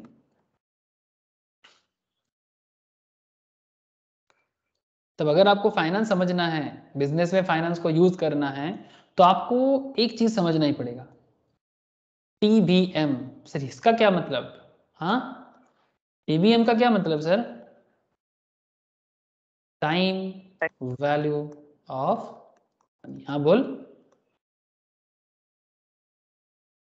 sir वही बोला, time value of money, yes, मतलब अगर इन सिंपल हिंदी का हिंदी बोले या बंगाली बोले तो क्या हो जाएगा, वक्त के साथ पैसा का वो वैल्यू या मोल, हाँ सर, समय के साथ पैसा का मोल, ठीक है, जैसे एक सिंपल चीज है इसमें, अगर आप पापा को पूछते हो, आपने अपने पापा को पूछो कि पापा आप जब छोटे थे आपको कितना पॉकेट मनी मिलता था, तो पापा को अगर पापा का पापा मतलब तेरा तुम्हारा दादाजी अगर पॉकेट मनी में पापा को अगर 100 रुपया तो नहीं देता होगा मेरे हिसाब से, अगर 10 रुपीज देता था या 50 रुपीज देता था तो बहुत लगता था उनको, लेकिन आज अगर आपको पॉकेट मनी के हिसाब से अगर 1000 या 5000 भी देता है तो भी कम पड़ जाता है, हाँ सर, सही की गलत, मतलब कम इसलिए पड़ जाते हैं, शायद आप जितना इंटरटेनमेंट आज करते हो उतना इंटरटेनमेंट शायद पापा भी उस टाइम पे करते थे अपने पॉकेट मनी से, बट उन जमाने में 10 टका से जो हो जाता था, जस्ट से फॉर एग्जाम्पल, ठीक है, मैं जस्ट मान लिया ऐसे, आज के जमाने में हम लोग जो इंटरटेनमेंट कर पाते हैं वो पापा के जमाने में नहीं था, that's a different issue, but मैं इतना बोलूंगा कि उस जमाने के हिसाब से 10 रुपीज या 50 रुपीज में जो कर लेता था वो आज 1000 5000 में उतना हो पाता है हार्डली, ठीक है, तो 10 का वैल्यूएशन अगर 1000 हो गया, 50 का वैल्यूएशन अगर 5000 हो गया, सर आप क्या बोलोगे इसको, इन्फ्लेशन बोलोगे, है ना, लेकिन बात यह है कि पैसा का वैल्यू क्या हो गया, ज्यादा हुआ कि कम हुआ, कॉम वेरी गुड सर, पैसा का वैल्यू कम हो गया, ठीक है, क्योंकि 10 रुपीज में जो हो पाता था अभी 5000 में वो हो पाता है हार्डली, ठीक है, ये जो कॉन्सेप्ट है ना, यही actually time value of money है। और ये टाइम वैल्यू ऑफ मनी में ना बड़ा गजब वे में समझना पड़ता है। जैसे एक सिंपल तरीके से अगर मैं आपको, आप मुझे पूछोगे sir what is time value of money, तो अगर मैं सिंपल तरीके से आपको समझाऊं ना, तो आप ऐसे समझो, ठीक है। से फॉर एग्जाम्पल, एक सिंपल एग्जाम्पल लेता हूँ सर, लिख भी सकते हो ना भी लिख सकते हो, only for understanding. Suppose you have 100 rupees today, ठीक है। आपने क्या किया, ये 100 रुपीज को बैंक में जमा कर दिया, करोगे जमा, ठीक है। तो चलो 100 नहीं, 10,000 कर देते हैं। मोबाइल खरीदना है आपको, बात को समझ में आया सर। 10,000 है, बैंक में डिपॉजिट कर दिया आपने। बैंक ने आपको बोला, एफडी कर दिया आपने, ठीक है। बैंक ने आपको बोला कि 5 साल बाद आप इसको विड्रॉल कर सकते हो, ठीक है। 5 साल बाद आप इसको विड्रॉल कर सकते हो। और बैंक आपको ये भी बोला कि एवरी ईयर बैंक आपको इंटरेस्ट प्रोवाइड करेगा इसमें 6%, ठीक है। तो अगर 10,000 पे 6% इंटरेस्ट अगर देगा, एक साल में क्या वैल्यूएशन हो जाएगा इसका, बोलो ना। 10,600।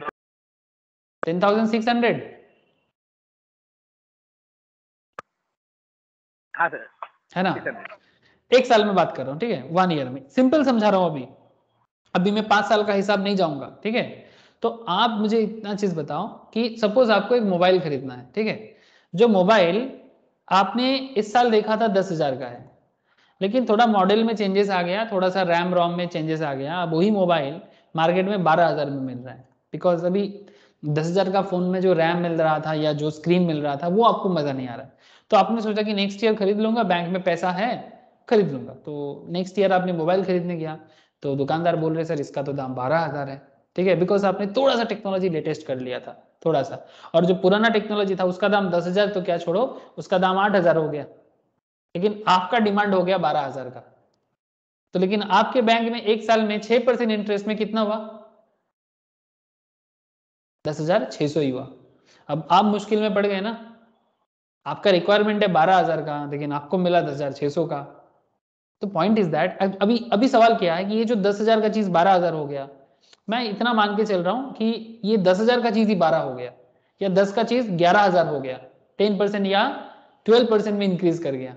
अगर ये 10% में इंक्रीज कर गया, इसका मतलब क्या है सर, ये 12 नहीं, चलो 11 कर देते हैं आपकी सुविधा के लिए। 10,000 का 10% 1,000 होता है, तो 11,000। तो अगर ये 11,000 भी हो जाता है, 10% क्या हो गया, 10% इज इन्फ्लेशन। ऐसा तो होता ही है ना सर।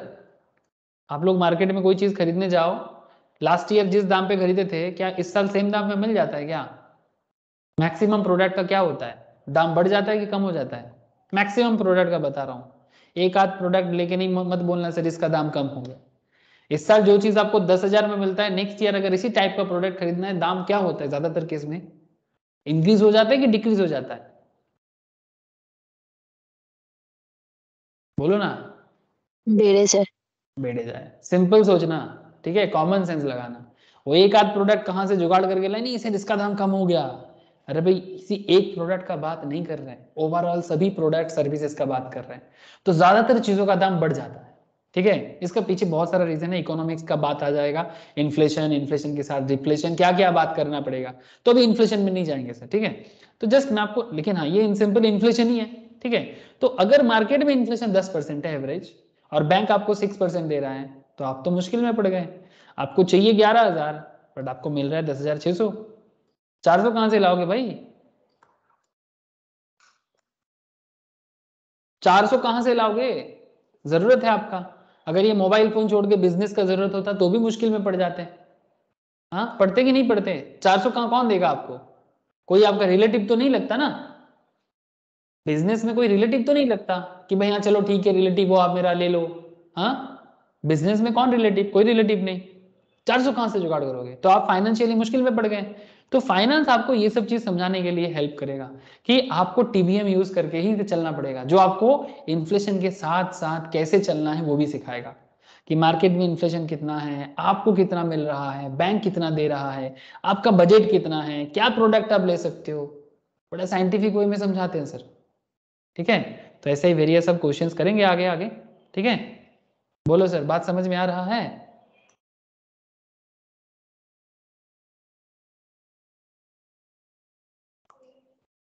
কি রে ব্যাপারটা বোঝা গেল কিছুটা? Yes sir. ओके, अब ये टीबीएम तक तो लिख लिए। अब ये जो पूरा एफएम टीबीएम का डिस्कशन है, इसको हम लोग नॉर्मली कुछ एरिया में डिस्ट्रीब्यूट करते हैं।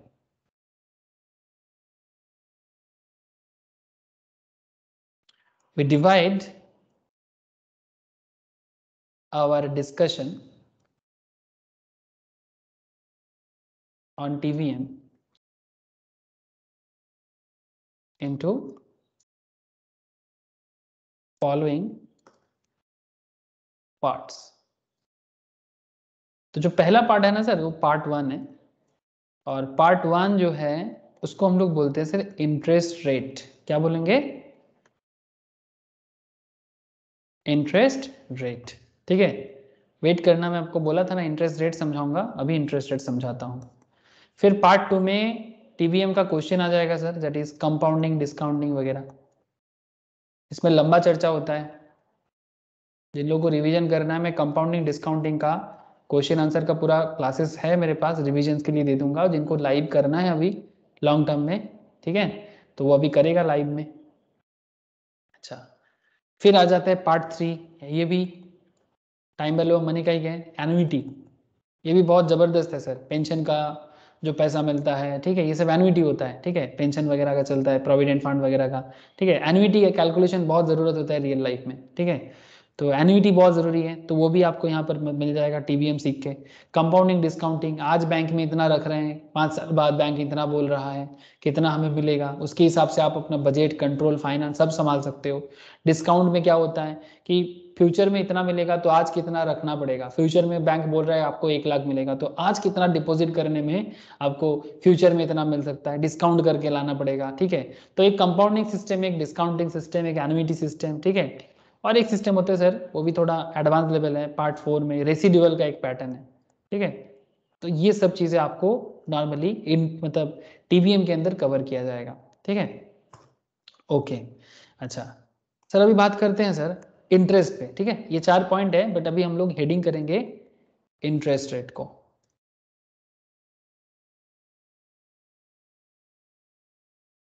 अब सवाल ये उठता है सर, इंटरेस्ट रेट क्या है? हाँ सर,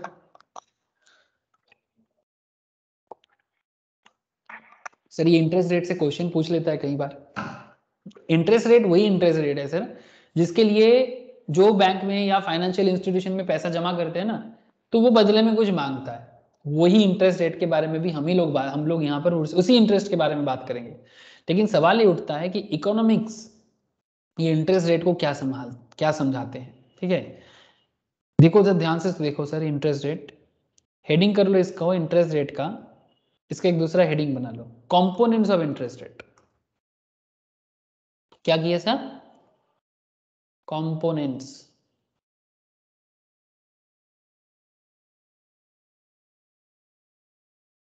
ऑफ इंटरेस्ट रेट। मौसमी মনে পড়ছে কি रे? Yes sir. देख कितना तरह का इंटरेस्ट होता है सर। एक इंटरेस्ट होता है आरएफ रियल बोल के। अनुज सुन रहा है कि नहीं सुन रहा है? आवाज नहीं आ रहा है तेरा।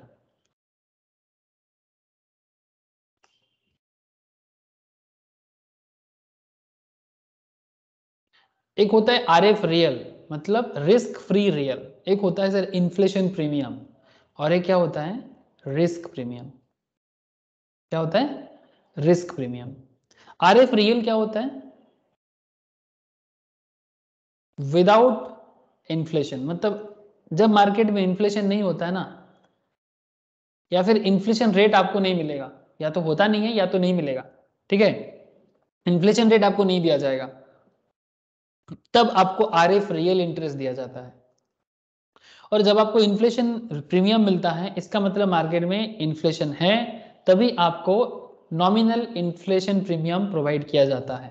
नॉमिनल, ताकि आपका पैसा मार्केट के साथ रह पाओ। आपका जो भी पैसा है वो मार्केट इन्फ्लेशन के साथ एटलीस्ट ज़्यादा नहीं तो कम से कम एट पार या थोड़ा सा आसपास में रहे। तो ये डिपेंड करते हैं सर, इकोनॉमी अगर बहुत ज़्यादा इन्फ्लेटेड हो जा रहा है, चीज़ों का दाम अगर बहुत ज़्यादा बढ़ जा रहा है, तो आप लॉस में हो जाते हो। ठीक है, लेकिन अगर इकोनॉमी और बैंक का interest rate side by side चल रहा है, तो ठीक है भाई, कम से कम एट पार हो, ठीक है, तो लॉस में नहीं हो लेकिन प्रॉफिट में भी नहीं हो। बैंक में पैसा रख के लोग सोचते हैं ना पैसा मेरा बढ़ गया, ऐसा कुछ नहीं होता। ये बैंक एफडी वगैरह, पोस्ट ऑफिस एफडी में ना आपको जो नॉमिनल वैल्यू मिलता है that is basically inflation premium, और सेविंग्स अकाउंट में जो आपको मिलता है ना that is basically RF real. मतलब आप अपना अपॉर्चुनिटी को साइड में रख के आप उसको यूज ना करके बैंक को दे रहे हो, तो बैंक आपको कुछ तो देगा, नहीं तो आप बैंक में क्यों पैसा रखोगे। क्या मेरा बात आपको समझ में आ रहा है सर? हेलो मौसमी, बुझते पाরছিস तो? तो what is RF real? Risk free real क्या होता है? विदाउट इन्फ्लेशन होता है, और इसका सिंपल मतलब होता है sir opportunity cost for the sacrifice of current consumption। बात समझे? मतलब आज आप जो पैसा कमाए हो उसको आप चाहो तो खा के, घूम के, कुछ भी करके, खाना खा के, घूमना फिरना करके, दोस्तों के साथ पार्टी करके, कुछ भी करके आप खर्चा कर सकते हो। बट अगर आप कुछ भी खर्चा नहीं किए, opportunity cost for the consumption, sacrifice of current consumption, आप उसको कंज्यूम ना करके बैंक के पास या फाइनेंशियल इंस्टीट्यूशन के पास जमा रख रहे हो, तो बदले में आप कुछ तो मांगोगे, ठीक है। तो इस तरह का केस में ये नॉर्मली क्या रेट चलता है हमारे देश में, एसबीआई का जो रेट है नॉर्मली 3% का है सर, एवरेज एसबीआई या मैक्सिमम बैंक का। सर कैसे पता चलता है कि क्या रेट चल रहा है मौसमी? কি করে জানবো মার্কেটে কি রেট চলছে? रिजर्व बैंक ऑफ इंडिया के साइड में जाना, दिख रहा है मौसमी तेरे को? हाँ Yes, sir. अनुज, दिख रहा है ना? अच्छा, रिजर्व बैंक के साइड में जाके जस्ट यहाँ पर पॉलिसी रेट्स में चले जाना, policy rate, reverse repo, marginal standing, bank rate. एक सेकेंड रुक जा, इसी में से थोड़ा सा आइडिया मिल जाएगा। ये बैंक लोन का रेट वगैरह बता रहे हैं, reserve ratio, exchange rates, lending deposit rates, ये यहाँ से मिल जाएगा, ठीक है। लेंडिंग दिख रहा है क्या? देख तो, ये देख सेविंग्स डिपॉजिट रेट क्या चल रहा है अभी, सेविंग्स डिपॉजिट रेट देख। करेंटली इंडिया में बैंक मैक्सिमम 2.7 से 3% का रेट दे रहा है एज पर आरबीआई, ठीक है। 2.70 से लेके 3% का इंटरेस्ट मिनिमम सेविंग्स पे देना ही पड़ेगा, ठीक है। कोई अगर ज़्यादा दे रहा है तो उसका अपना रिस्क है, ठीक है, लेकिन ये एज पर आरबीआई है, ठीक है। और जो टर्म डिपॉजिट 1 साल से ज़्यादा, टर्म डिपॉजिट मतलब एफडी, ठीक है, एफडी का जो रेट करेंटली बैंक दे रहा है, ठीक है, दैट इज 4.90 से लेके 5.5% का, 4.90 से लेके 5.5% का। अगर कोई बैंक 6% दे रहा है तो वो अपना खुद का पॉलिसी है, business policy, but this is RBI rate, ठीक है। ये नॉर्मल इंसान के लिए बात कर रहा हूँ, बाकी कुछ एमसीएलआर, ओवरनाइट, ये लोन वगैरह ये अलग केस है, कभी बाद में समझाऊंगा, बैंकिंग का पूरा क्लास हो जाएगा नहीं तो, ठीक है। तो आप अगर मतलब मार्केट में क्या चल रहा है, क्या आरबीआई चल रहा है, ये रिसेंटली क्या चल रहा है, सब कुछ आपको आरबीआई के साइड से मिल जाएगा, ठीक है। जस्ट जाना आरबीआई में, लेंडिंग डिपॉजिट रेट ढूंढना, savings deposit rate, term deposit देख लेना, आपको पता चल जाएगा इंडिया में भी क्या चल रहा है। अब डिफरेंट बैंक डिफरेंट देगा, बट इसके अंदर ही देना पड़ेगा। क्लियर है बात? बोझा गया मौसम में, ओके। तो बेसिकली ये जो रिस्क फ्री रियल है ये विदाउट इन्फ्लेशन प्रीमियम है ना, विदाउट इन्फ्लेशन इंटरेस्ट। और जब बात आता है सर कि अभी आप क्या करोगे, ये सेविंग्स हो गया, आप खुद कंज्यूम ना करके बैंक के पास रख रहे हो, तभी बैंक आपको कुछ तो देगा, नहीं तो आप बैंक के पास क्यों रखोगे, ये है कंडीशन। सेकेंड कंडीशन हो गया नॉमिनल इंटरेस्ट का। अब नॉमिनल इंटरेस्ट में इन्फ्लेशन प्रीमियम का सामने बात आ जाता है, तो इसको क्या बोलते हैं सर, इसका भी एक बड़ा अच्छा नाम है, कंपेंसेशन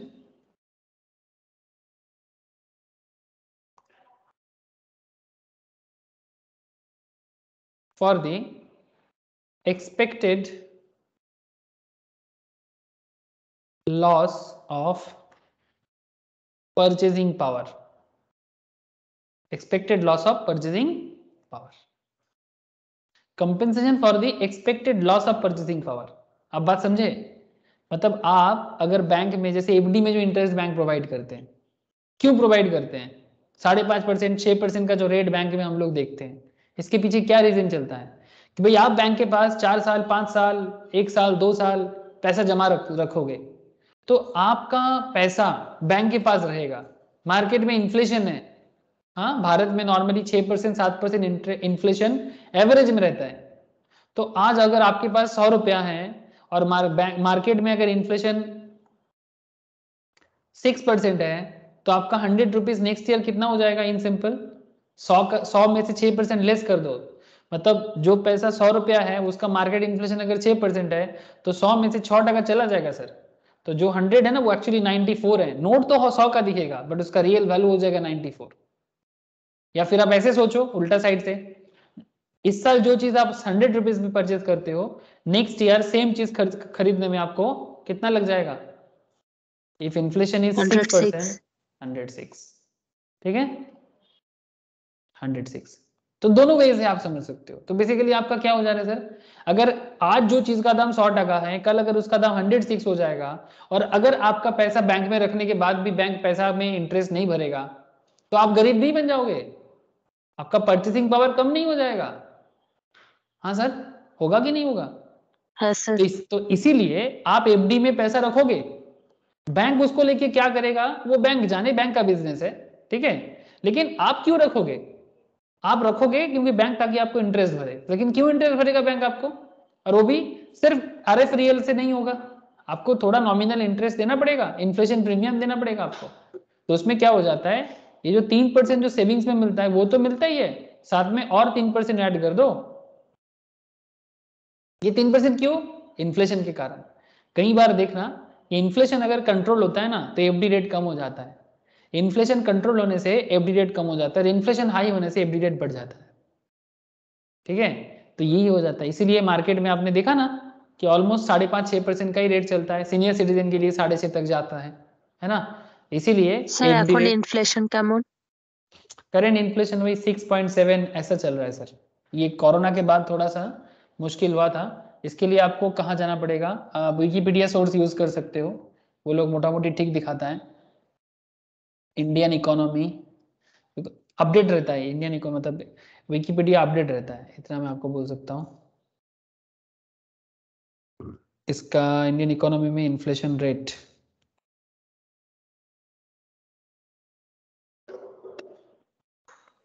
सर 7 था शायद, हाँ 7 या 8, 7 था शायद सर। कब? नहीं सर, रिसेंट जो रेट है देखो, तब दिया था।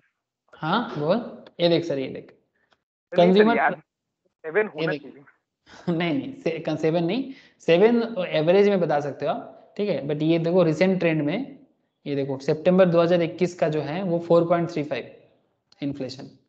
ये कैलकुलेशन किया जाता है sir, CPI consumer price index, ठीक है। इसमें जो रिटेल इंडेक्स है ना वो रिटेल इंडेक्स देखा जाता है, इसमें वेटेड एवरेज किया जाता है कंज्यूमर गुड्स का कि क्या दाम बढ़ा है लास्ट एक साल में, एक महीने में। तो ये सितंबर महीने का है, ठीक है।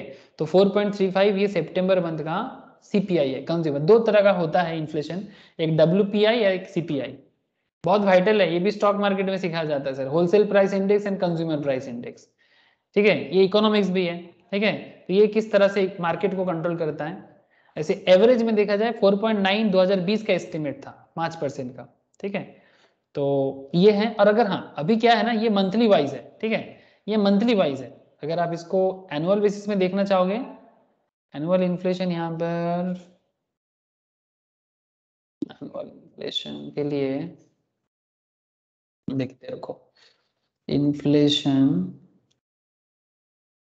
कंट्री वाइज देख लेते हैं, कंट्री वाइज इन्फ्लेशन देख लेते हैं, रुको विकिपीडिया देखते हैं, मिल जाएगा। ये सभी सोर्स ना वर्ल्ड बैंक का डेटा से मिला है, ठीक है, वर्ल्ड बैंक डेटा सीट से मिला है sir, CIA world fact book data दिखाई दे रहा है ना, list of countries by inflation rate. Look sir, sir negative inflation मतलब वो डिफ्लेशन है, वो भी खतरनाक है, चीजों का दाम ना बढ़ना भी अच्छा बात नहीं है सर। नेगेटिव जैसे ये Andorra, Chad, Saudi Arabia, Togo, American Samoa, ठीक है, लिंचेस्टाइन, सलोमन आइलैंड, ये सब नेगेटिव में है। नेगेटिव इज नॉट गुड, वो भी खराब है सर। फिर अच्छा क्या है sir? 2-3%, 2-2.5% inflation is very good for the economy, ठीक है। 1% 2% इज ऑल्सो ओके, ठीक है। जैसे देखो ना स्टैंडर्ड में यूएस का आपको बहुत स्टैंडर्ड दिखेगा, US, Germany, Hong Kong, Brazil 4.52। Sir India दिखाई दिया क्या? नहीं सर। कब आएगा? सर गया गया गया, अभी इंडिया गया ऊपर गया। ये देखो, देखा 4.35 सितंबर 2021 का एस्टिमेटेड है ये, ठीक है एकदम सर, वर्ल्ड फैक्ट बुक से, वर्ल्ड बैंक का डेटा है ये, कोई ऐसे अरे गरे का डेटा नहीं है। मतलब वो लोग न्यूट्रल ही करते हैं ना, मतलब ऐसा नहीं है, इसमें कोई राजनीति नहीं है, ठीक है मतलब मोदी जी ने कम करके दिखाया, ज्यादा करके दिखाया, ऐसा नहीं है, ठीक है। तो ये वर्ल्ड फैक्ट बुक से मिल रहा है 4.35, ठीक है। इसके आप बाकी दूसरा कंट्रीज हैं, आप कुछ कंट्रीज देखोगे ना डर जाओगे, अपना आंख बंद कर लो, भयंकर कुछ चीजें दिखाने वाला हूं मैं आपको। आंख बंद कर लिया क्या? देखो वेनिजुएला का इन्फ्लेशन रेट देखो कितना है, 5,500। समझ सकते हो क्या हालत है सर सर। इतना ज्यादा कैसे? वहां गलती से भी ना वेनिजुएला ना घूमने मत जाना, काट के खा जाएगा। Seriously I am not joking. खाने का खाना नहीं है उनके पास, ऐसे तो तेल तेल का कंट्री है। टोटल फाइनेंशियल मतलब failure sir, total financial failure. मतलब अगर फाइनेंस संभालना इतना आसान होता तो फिर ये हालत वेनेजुएला का ना होता। समझ रहे हैं ना सर, कुछ भी कर लिया, पैसा है, तेल का पैसा, कुछ भी करना चालू कर दिया। अभी तो ऐसा हालत है, अगर आप 100 रुपया का जूता खरीदते हो ना तो उसको सिलवाने का खर्चा है 500 रुपया, ऐसा हालत है। और भी था, 5,500 से भी ज्यादा था, थोड़ा कम हुआ है, लेकिन ठीक है चलो। वेनेजुएला का एक पूरा मतलब ऑकवर्ड सिचुएशन है। जिम्बाब्वे इज नॉट गुड, 99.30, मतलब एवरी ईयर चीजों का दाम आज जो 100 का है कल वो 200 का हो जाता है हर नेक्स्ट ईयर। समझ आ रहा है सर? अर्जेंटीना देखो 50% इन्फ्लेशन है अर्जेंटीना का, मतलब इकोनॉमी डब्बा बन गया है अर्जेंटीना में। South Sudan, Congo Democratic Republic 41, Sudan 197%, Angola, Libya, ये सब अफ्रीकन नेशन से सब लड़ाई लड़ रहा है ना। ये लीबिया, ईरान, ये सब का क्या ये सिचुएशन क्यों है ऐसा? लड़ाई के कारण इतना वार सिचुएशन क्रिएट होकर रखा है ना, तभी ये जो 25% 50% इन्फ्लेशन। सीरिया लियोनी, समझ रहे हैं ना सर आप लोग? वार सिचुएशंस में, इकोनॉमिक क्राइसिस में जिम्बाब्वे का क्यों ऐसा हुआ? ये काला सादा का लड़ाई लड़ता है ये लोग। क्या बोलते हैं उसको? काला सादा लड़ाई मतलब समझते हो? व्हाइट और ब्लैक लोगों का लड़ाई, रेसिज्म। चाइना के पास बिक चुका है ये। चाइना से जो भी प्रोडक्ट लिया था इतना सारा क्रेडिट पे, पैसा नहीं दे पा रहा है, तो चाइना बोलता है कि वहां पर उसका क्या करेंसी चलेगा, चलता भी है चाइना का करेंसी चलता है जिम्बाब्वे। ऐसा हालत हो गया, बिक गया चाइना के पास। समझ सकते हो? रेसिज्म का हालत हो गया है जिम्बाब्वे में, बस मार काट चलता रहता है। थोड़ा बहुत कोशिश कर रहा है अभी भी, बट अभी भी वो सिचुएशन नहीं आया। बुझते बच्चे मुझे में? है। ये है वर्ल्ड फैक्ट, ठीक है। ये कंट्री को फाइनेंस, कंट्री का फाइनेंशियल मैनेजमेंट अगर फेलियर होता है ना तो ये हालत होता है। और इंडिया जैसे कंट्री को मैनेज करना इतना आसान नहीं है। क्यों जानते हो आसान क्यों नहीं है? क्योंकि 135-40 करोड़ की आबादी, कोई मजाक नहीं है। यूएस का देखो सर, हमसे ज्यादा हो गया, अरे बाप रे 5.40। यूएस का हालत खराब हो रहा है कोरोना के बाद, इतना खराब हालत नहीं था इसका, इसका 2.5 चलता था। यूएस का सिचुएशन खराब हो गया। चाइना कहाँ है रे? चाइना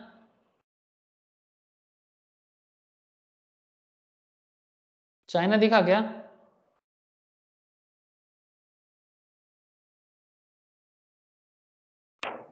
सर यहाँ पे दिखा दिखा दिखा, नीचे है सर।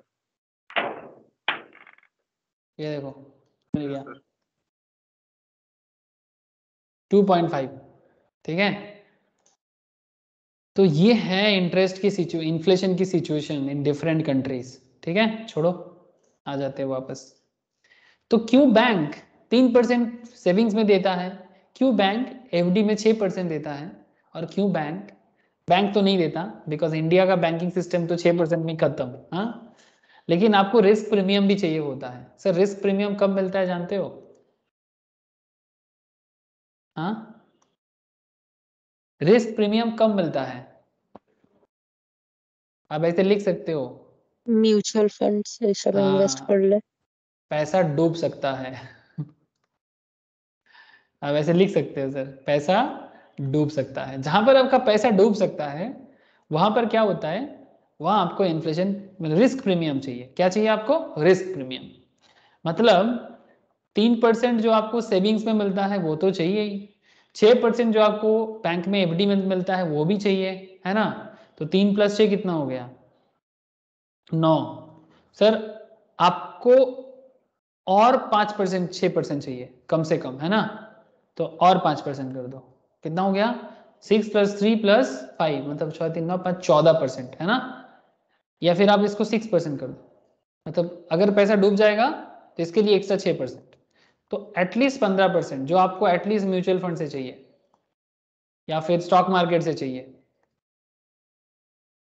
तभी आप सोचते हो कि भाई मैं यहां से इतना कमाऊंगा, यहां से इतना कमाऊंगा।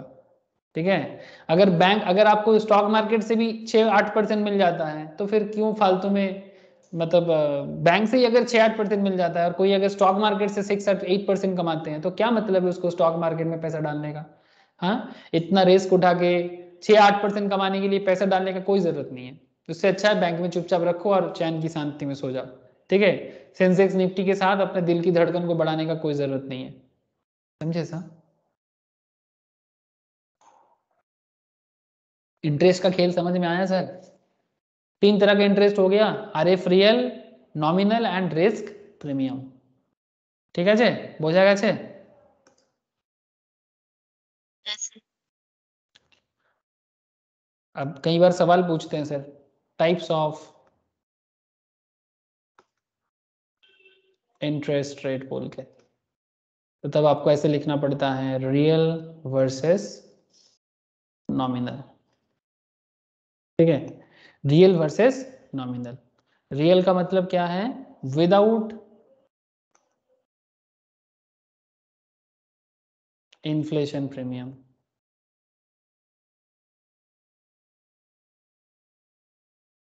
और नॉमिनल का मतलब क्या है?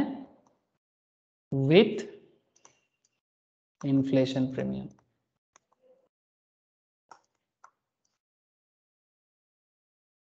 ठीक है sir?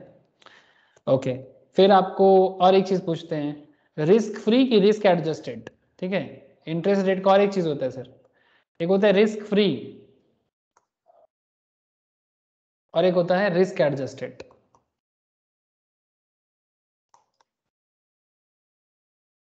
Risk free, risk adjusted. Risk free क्या होता है? रिस्क फ्री का मतलब होता है विदाउट टेकिंग रिस्क प्रीमियम। मतलब जहां पर आपको रिस्क नहीं है वहां पर आपको रिस्क प्रीमियम का जरूरत नहीं है। जैसे बैंक में पैसा रखते हैं तो रिस्क फ्री है ना? यार बैंक में पैसा डूब जाता है क्या? हमारे देश में बैंक में पैसा डूबता है या फिर सेफ है? सेफ बोलो है। ना। सेफ है सर। तो risk free interest without taking risk premium. But risk adjusted कहां करना पड़ता है? जहां पर रिस्क है तो वहां पर क्या चाहोगे आप? विथ रिस्क प्रीमियम चाहोगे।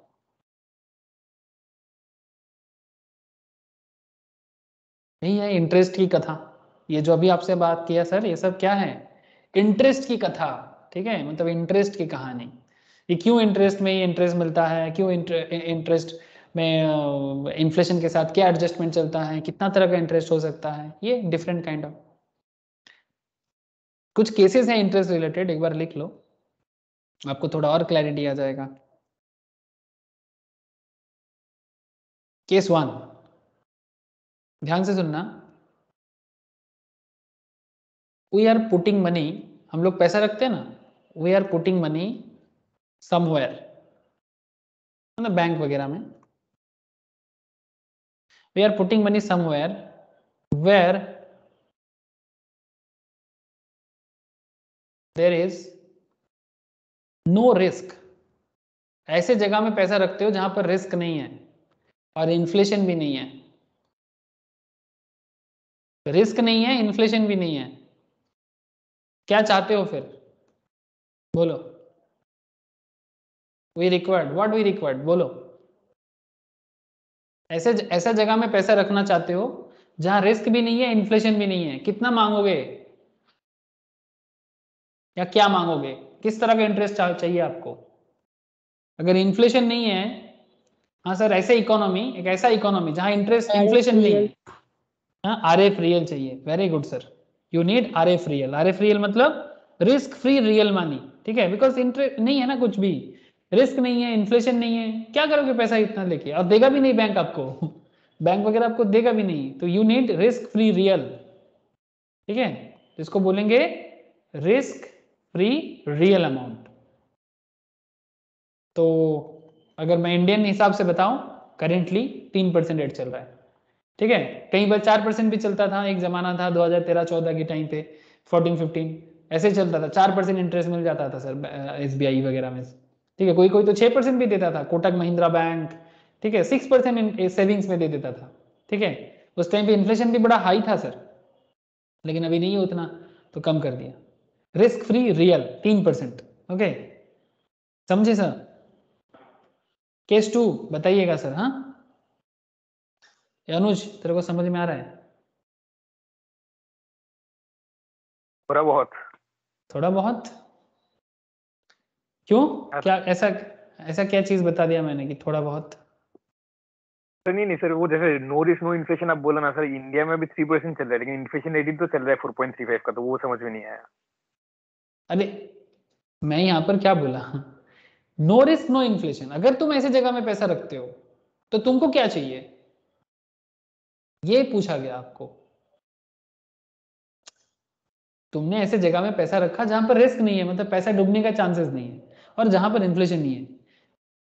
मतलब जैसे सेविंग्स में आपको 3% क्यों देता है जानते हो? सेविंग्स में आपको कभी बैंक इन्फ्लेशन बीट करने का मौका नहीं देगा। क्यों? क्योंकि सेविंग्स अकाउंट से बैंक को इतना इनकम नहीं होता है। क्योंकि सेविंग्स का पैसा का दूसरा एक नाम है डिमांड डिपॉजिट। डिमांड डिपॉजिट समझते हो? मतलब आप कभी भी आपका पैसा उठा सकते हो ना, सेविंग्स का पैसा आप कभी भी उठा सकते हो, एनी टाइम। हाँ या ना? हाँ सर, हाँ तो सर। अगर आप कभी भी जाके बैंक को बोलते हो कि मेरा पैसा दो, और बैंक मानो कि वो पैसा मार्केट में इन्वेस्ट कर दिया, तब तो बैंक मुश्किल में पड़ जाएगा, है ना?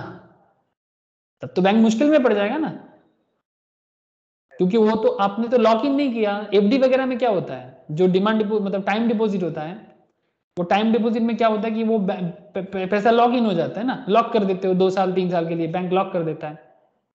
अभी वो पैसा अपने हिसाब से वो मार्केट में लगाता है, तो और आप भी थोड़ा फ्लेक्सिबल हो गया वो चीज लेके, बिकॉज फिक्स डिपॉजिट से अगर जरूरत पड़ता है तो बहुत लोग तोड़ भी सकते हैं ना। हाँ तोड़ सकता है, लेकिन उसमें इसलिए थोड़ा इंटरेस्ट नहीं फ्लेक्सिबिलिटी मिलता। है। तोड़ सकता है बट इंटरेस्ट नहीं मिलता, समझ रहे हो? ऊपर से पेनल्टी भी चार्ज करता है। फ्लेक्सिबिलिटी है, पेनल्टी भी चार्ज होता है, ऐसा नहीं है ऐसा नहीं है, पेनल्टी चार्ज करता है बैंक, पैसा काट लेता है, इंटरेस्ट तो मिलता ही नहीं है अगर आप मैच्योरिटी से पहले तोड़ते हो तो। मजाक नहीं है, ठीक है? तो इसलिए ये कॉन्सेप्ट एक सिंपल कॉन्सेप्ट है कि बैंक आपको सेविंग्स में क्यों 3% देता है। सेविंग्स में आपको इन्फ्लेशन बीट करने का पैसा देता ही नहीं है, और रिस्क तो मतलब बैंक में तो रिस्क है नहीं ना, तो चुपचाप। और दूसरा एक रीजन क्या है कि आप करेंट कंजम्पशन को बंद करके बैंक को दे रहे हो, तो इसलिए बैंक कुछ नहीं देगा तो आप बैंक के पास जाओगे ही नहीं, कुछ तो दो भाई। तो इसलिए कुछ देने के मतलब में ये 3% ठीक है भाई, चलो लेके जाओ, ठीक है? ऐसे देखना कई बार आपके बैंक अकाउंट में सेविंग्स में इंटरेस्ट आता है। We are putting money somewhere, दूसरा केस है, ध्यान से देखो, ये एक एक 3-4 केसेस हैं, आपको पूरा क्लियर हो जाएगा। We are putting money somewhere where there is a inflation, मतलब हम लोग ये मान के चल रहे हैं कि अभी इन्फ्लेशन आ गया। पहले सिचुएशन में इन्फ्लेशन का पैसा नहीं मिलेगा आपको, ठीक है? या फिर आप ऐसे सोचो कि ऐसा भी इकोनॉमी है ना चाहे इन्फ्लेशन नहीं है, तो वहां पर ऐसा ही इंटरेस्ट मिलता है। आप लोगों को पता है जो डेवलप कंट्रीज है ना वर्ल्ड में, जो डेवलप नेशन है, स्विट्जरलैंड, जर्मनी, यहाँ पर बैंक में इतना इंटरेस्ट नहीं मिलता, पता है आपको? इवन आपको ऐसा भी पता चलेगा अगर आप पता करोगे तो, जहां पर इन्फ्लेशन वगैरह बहुत ही हल्का फुल्का है या नहीं है, ना के बराबर है, ऐसे कंट्रीज में बैंक अकाउंट में पैसा मेंटेन करने के लिए, बैंक में पैसा मेंटेन करने के लिए आपको मतलब चार्जेस देना पड़ता है। पता है आपको?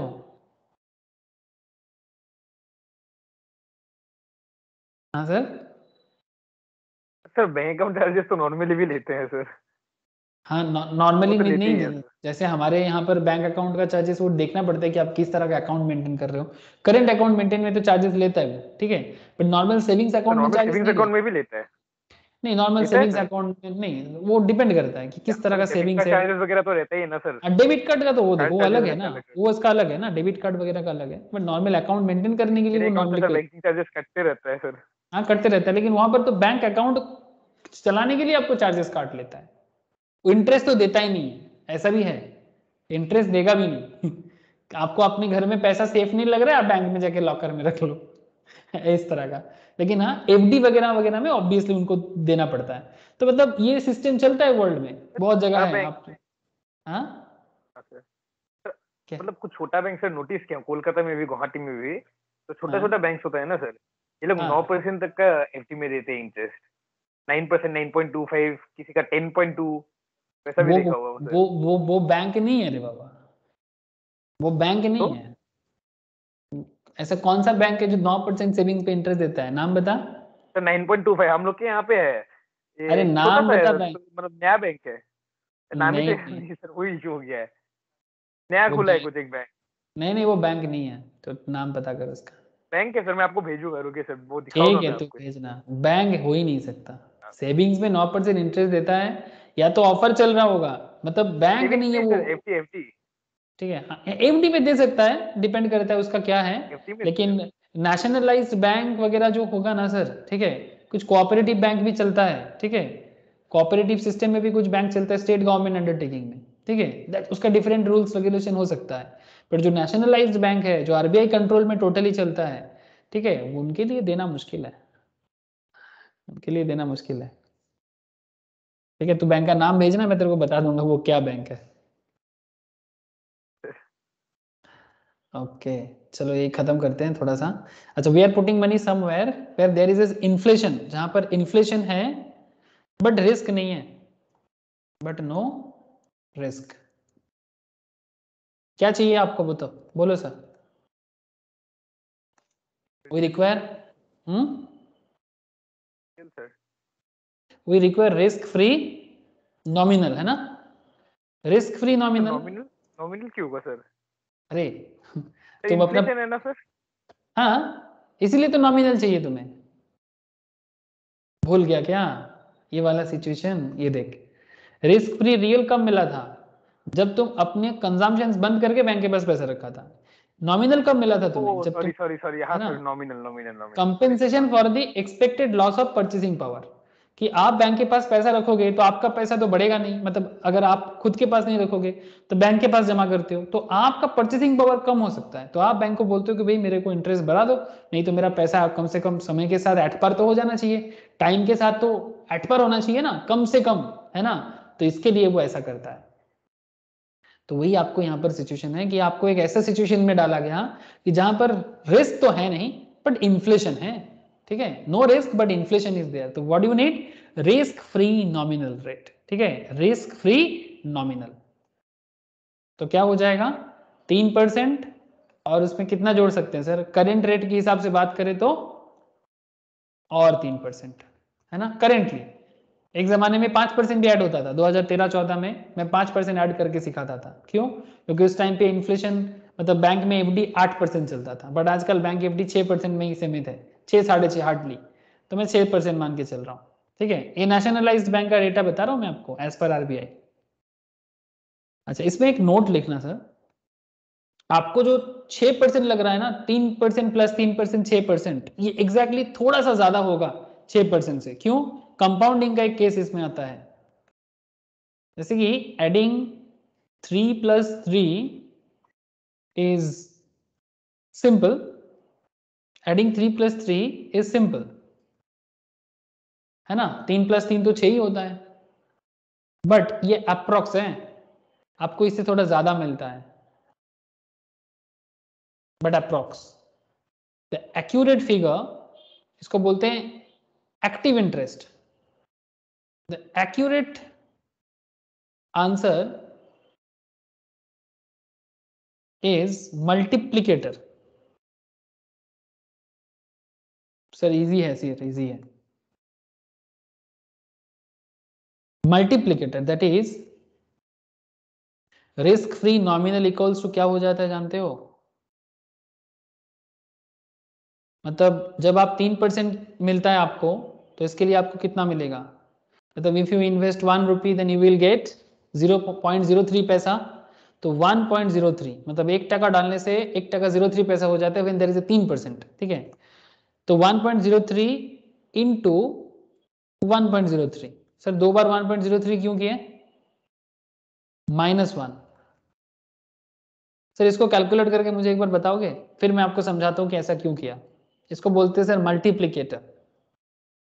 1.03 इंटू 1.03 -1 मतलब 2 बार 3%, 3%, फिर अनदर 3%, फिर -1। तो 3% के कारण 1.03। 1.03 कहाँ से आया?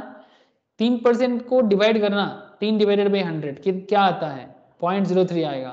ठीक है, और +1 करना, इसका मतलब है कि if you invest 1 rupee then you will get 3% interest. So ultimately आप विथ प्रिंसिपल प्लस इंटरेस्ट को ऐड करके आपको मिल जाता है 1.03। सो 1.03 फिर इसको मल्टीप्लाई करना पड़ता है अनदर 1.03 के साथ, और फिर उसको प्रिंसिपल अमाउंट से लेस कर देना पड़ता है। ठीक है, तो आपको एग्जैक्ट इंटरेस्ट अमाउंट मिलेगा। कितना होता है बताओगे क्या? 6.09%। क्या तो बोलनी? 6.09। 105.09।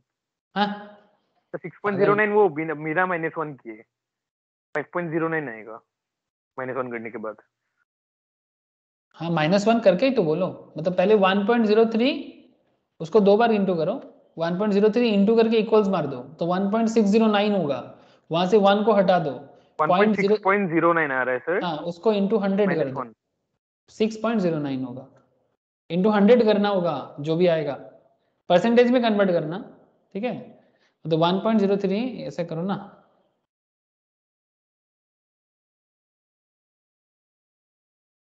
1.03 इंटू करके, ठीक है, 1.0609। ठीक है, यहां से माइनस कर दो 1, तो क्या आता है 0.0609। इसको इंटू 100 करने से परसेंटेज आ जाएगा 6.09।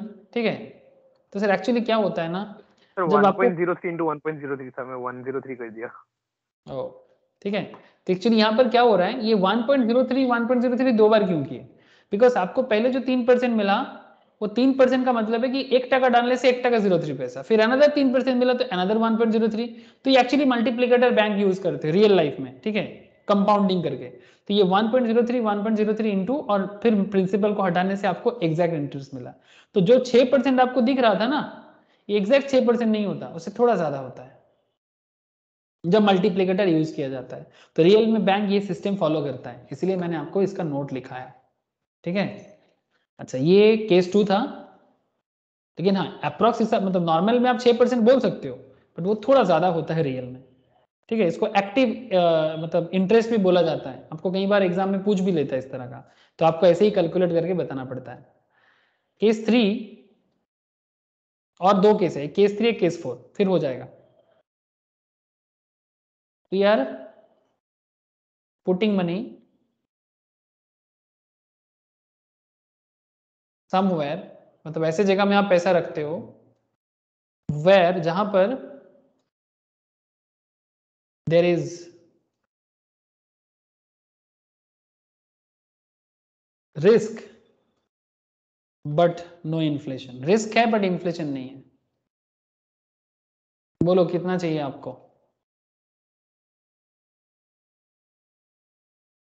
आपको चाहिए कितना और मिलेगा क्या? सिंपल बात है, रिक्वायर कितना होगा आपको? क्या चाहिए आपको बोलो? रिस्क है बट इन्फ्लेशन नहीं है, तो किस तरह का इंटरेस्ट मिलेगा आपको?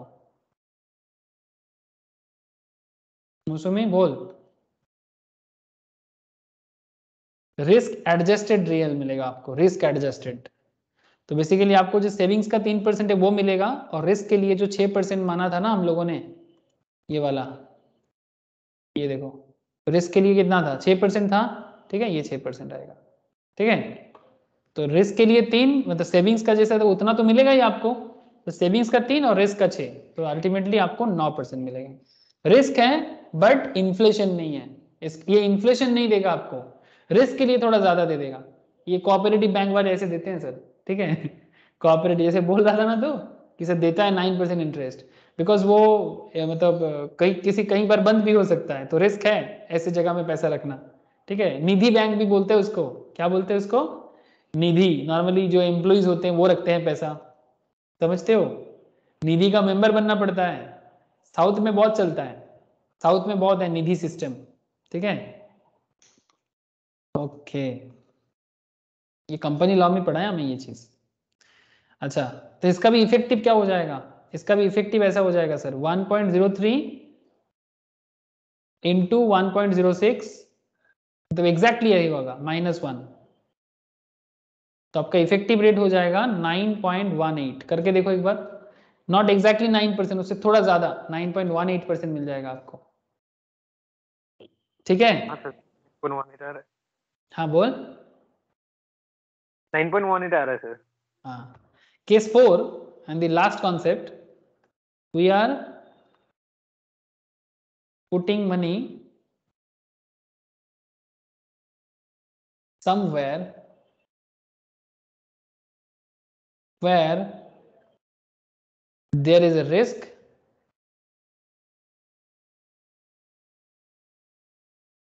as well as inflation। Risk भी है, इन्फ्लेशन भी है, कितना चाहिए,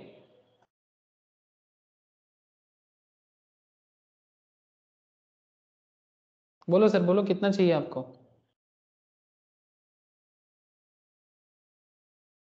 रिस्क एडजस्टेड नॉमिनल रेट, हाँ क्या बोलोगे, रिस्क एडजस्टेड नॉमिनल रेट, सब चाहिए आपको।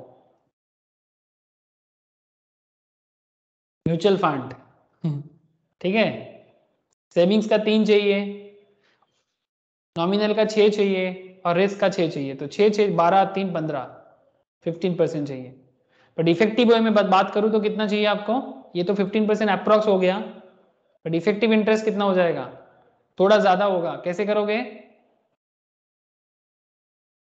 इफेक्टिव कैसे कैलकुलेट करोगे, ये आपको कंपाउंड हो जाता है, 1 रुपी डालने से 1.03, ठीक है, इसको इंटू करोगे 1.06, इंटू करोगे 1.06 अगेन रिस्क प्रीमियम, ये नॉमिनल है, तो इसको इंटू कर देना सभी को, और माइनस कर देना प्रिंसिपल को, कितना आएगा देखो तो एक बार, 15.64 कुछ ऐसा आएगा, बताओगे थोड़ा मुझे।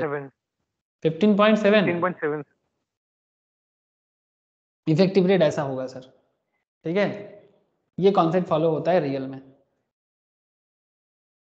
लिख लिया। तो ऐसे ऐसा केसेस बनता है सर इंटरेस्ट का, और ऐसे अलग अलग सिनारियोज के बेसिस में आपको इंटरेस्ट मिलता है, ठीक है ना। तो अगर इंटरेस्ट समझ में आ गया है, तो इन आवर नेक्स्ट क्लास, अगर मैं लाइव में लूँगा, ठीक है, कल अगर लाइव क्लास होता है तो मैं आपको कल लाइव में करा दूंगा, और अगर मैं लाइव नहीं ले पाता तो इसका मैं आप लोगों को वीडियो शेयर कर लूँगा सर, ठीक है। कंपाउंडिंग एंड डिस्काउंटिंग बड़ा इंपॉर्टेंट है, इसका लगातार कुछ क्लासेस है, आप बोलोगे तो आपको सारा का सारा आप लोगों को मैं शेयर कर दूंगा, आप रिवाइज कर लेना आप लोग। और जो लोग अभी सीख रहे हो धीरे धीरे, उनको अभी ज़रूरत नहीं है, जब भी मैं लाइव कराऊंगा तभी कर लेना, ठीक है। कंपाउंडिंग एंड डिस्काउंटिंग टेक्निक, ठीक है, टीवीएम का मतलब हार्ट है सर, ये area heart of TVM. But TVM का स्टार्टिंग तो था इंटरेस्ट, या एफएम का इंट्रो भी बोल सकते हो, ठीक है। तो आज हम लोगों ने क्या पढ़ा सर, एफएम का बेसिक कॉन्सेप्ट पढ़ा, ठीक है। हम लोगों ने एफएम का बेसिक कॉन्सेप्ट पढ़ा, एफएम क्या है, स्ट्रेटेजिक फाइनेंशियल मैनेजमेंट के साथ भी समझे, ठीक है। और फिर हम लोगों ने ये भी बताया आपको कि ये पूरा एफएम को पढ़ने के लिए आपको टाइम वैल्यू ऑफ मनी का सहारा लेना पड़ता है, और ये टाइम वैल्यू ऑफ मनी कैसे काम करता है, उसका इंटरेस्ट कैसे काम करता है। इसके बाद लगातार अभी धीरे धीरे कंपाउंड डिस्काउंट, एनुइटी, रेसिडुअल, ये सब चीज़ें आपको धीरे धीरे समझना पड़ेगा, ठीक है। अगर पहले किए हो तो रिविजन्स के लिए लेक्चर्स आप लोगों को मैं शेयर कर देता हूँ, आप लोग एक बार फटाफट टीवीएम या बेसिक्स ऑफ टीवीएम को कंप्लीट कर लो, बेसिक्स नहीं पूरा एकदम बेसिक से लेके অ্যাডভান্স লেভেল। ঠিক আছে মৌসুমি, আমি শেয়ার করে দেবো, করে নিস পরপর ক্লাসগুলো, বোঝা গেছে? ठीक है सर। ओके अनुज बोल, तेरे को भी शेयर कर लूंगा टीवीएम, मतलब टाइम वैल्यू ऑफ मनी का बाकी ठीक है सर। क्लासेस कर लूंगा, कर लेना एक बार, और लाइव कराऊंगा तो लाइव में भी ज्वाइन कर हाँ। लेना, ठीक है? Bye sir. ओके सर, ठीक है फिर आज गुड इतना नाइट ही है। सर। Okay good night.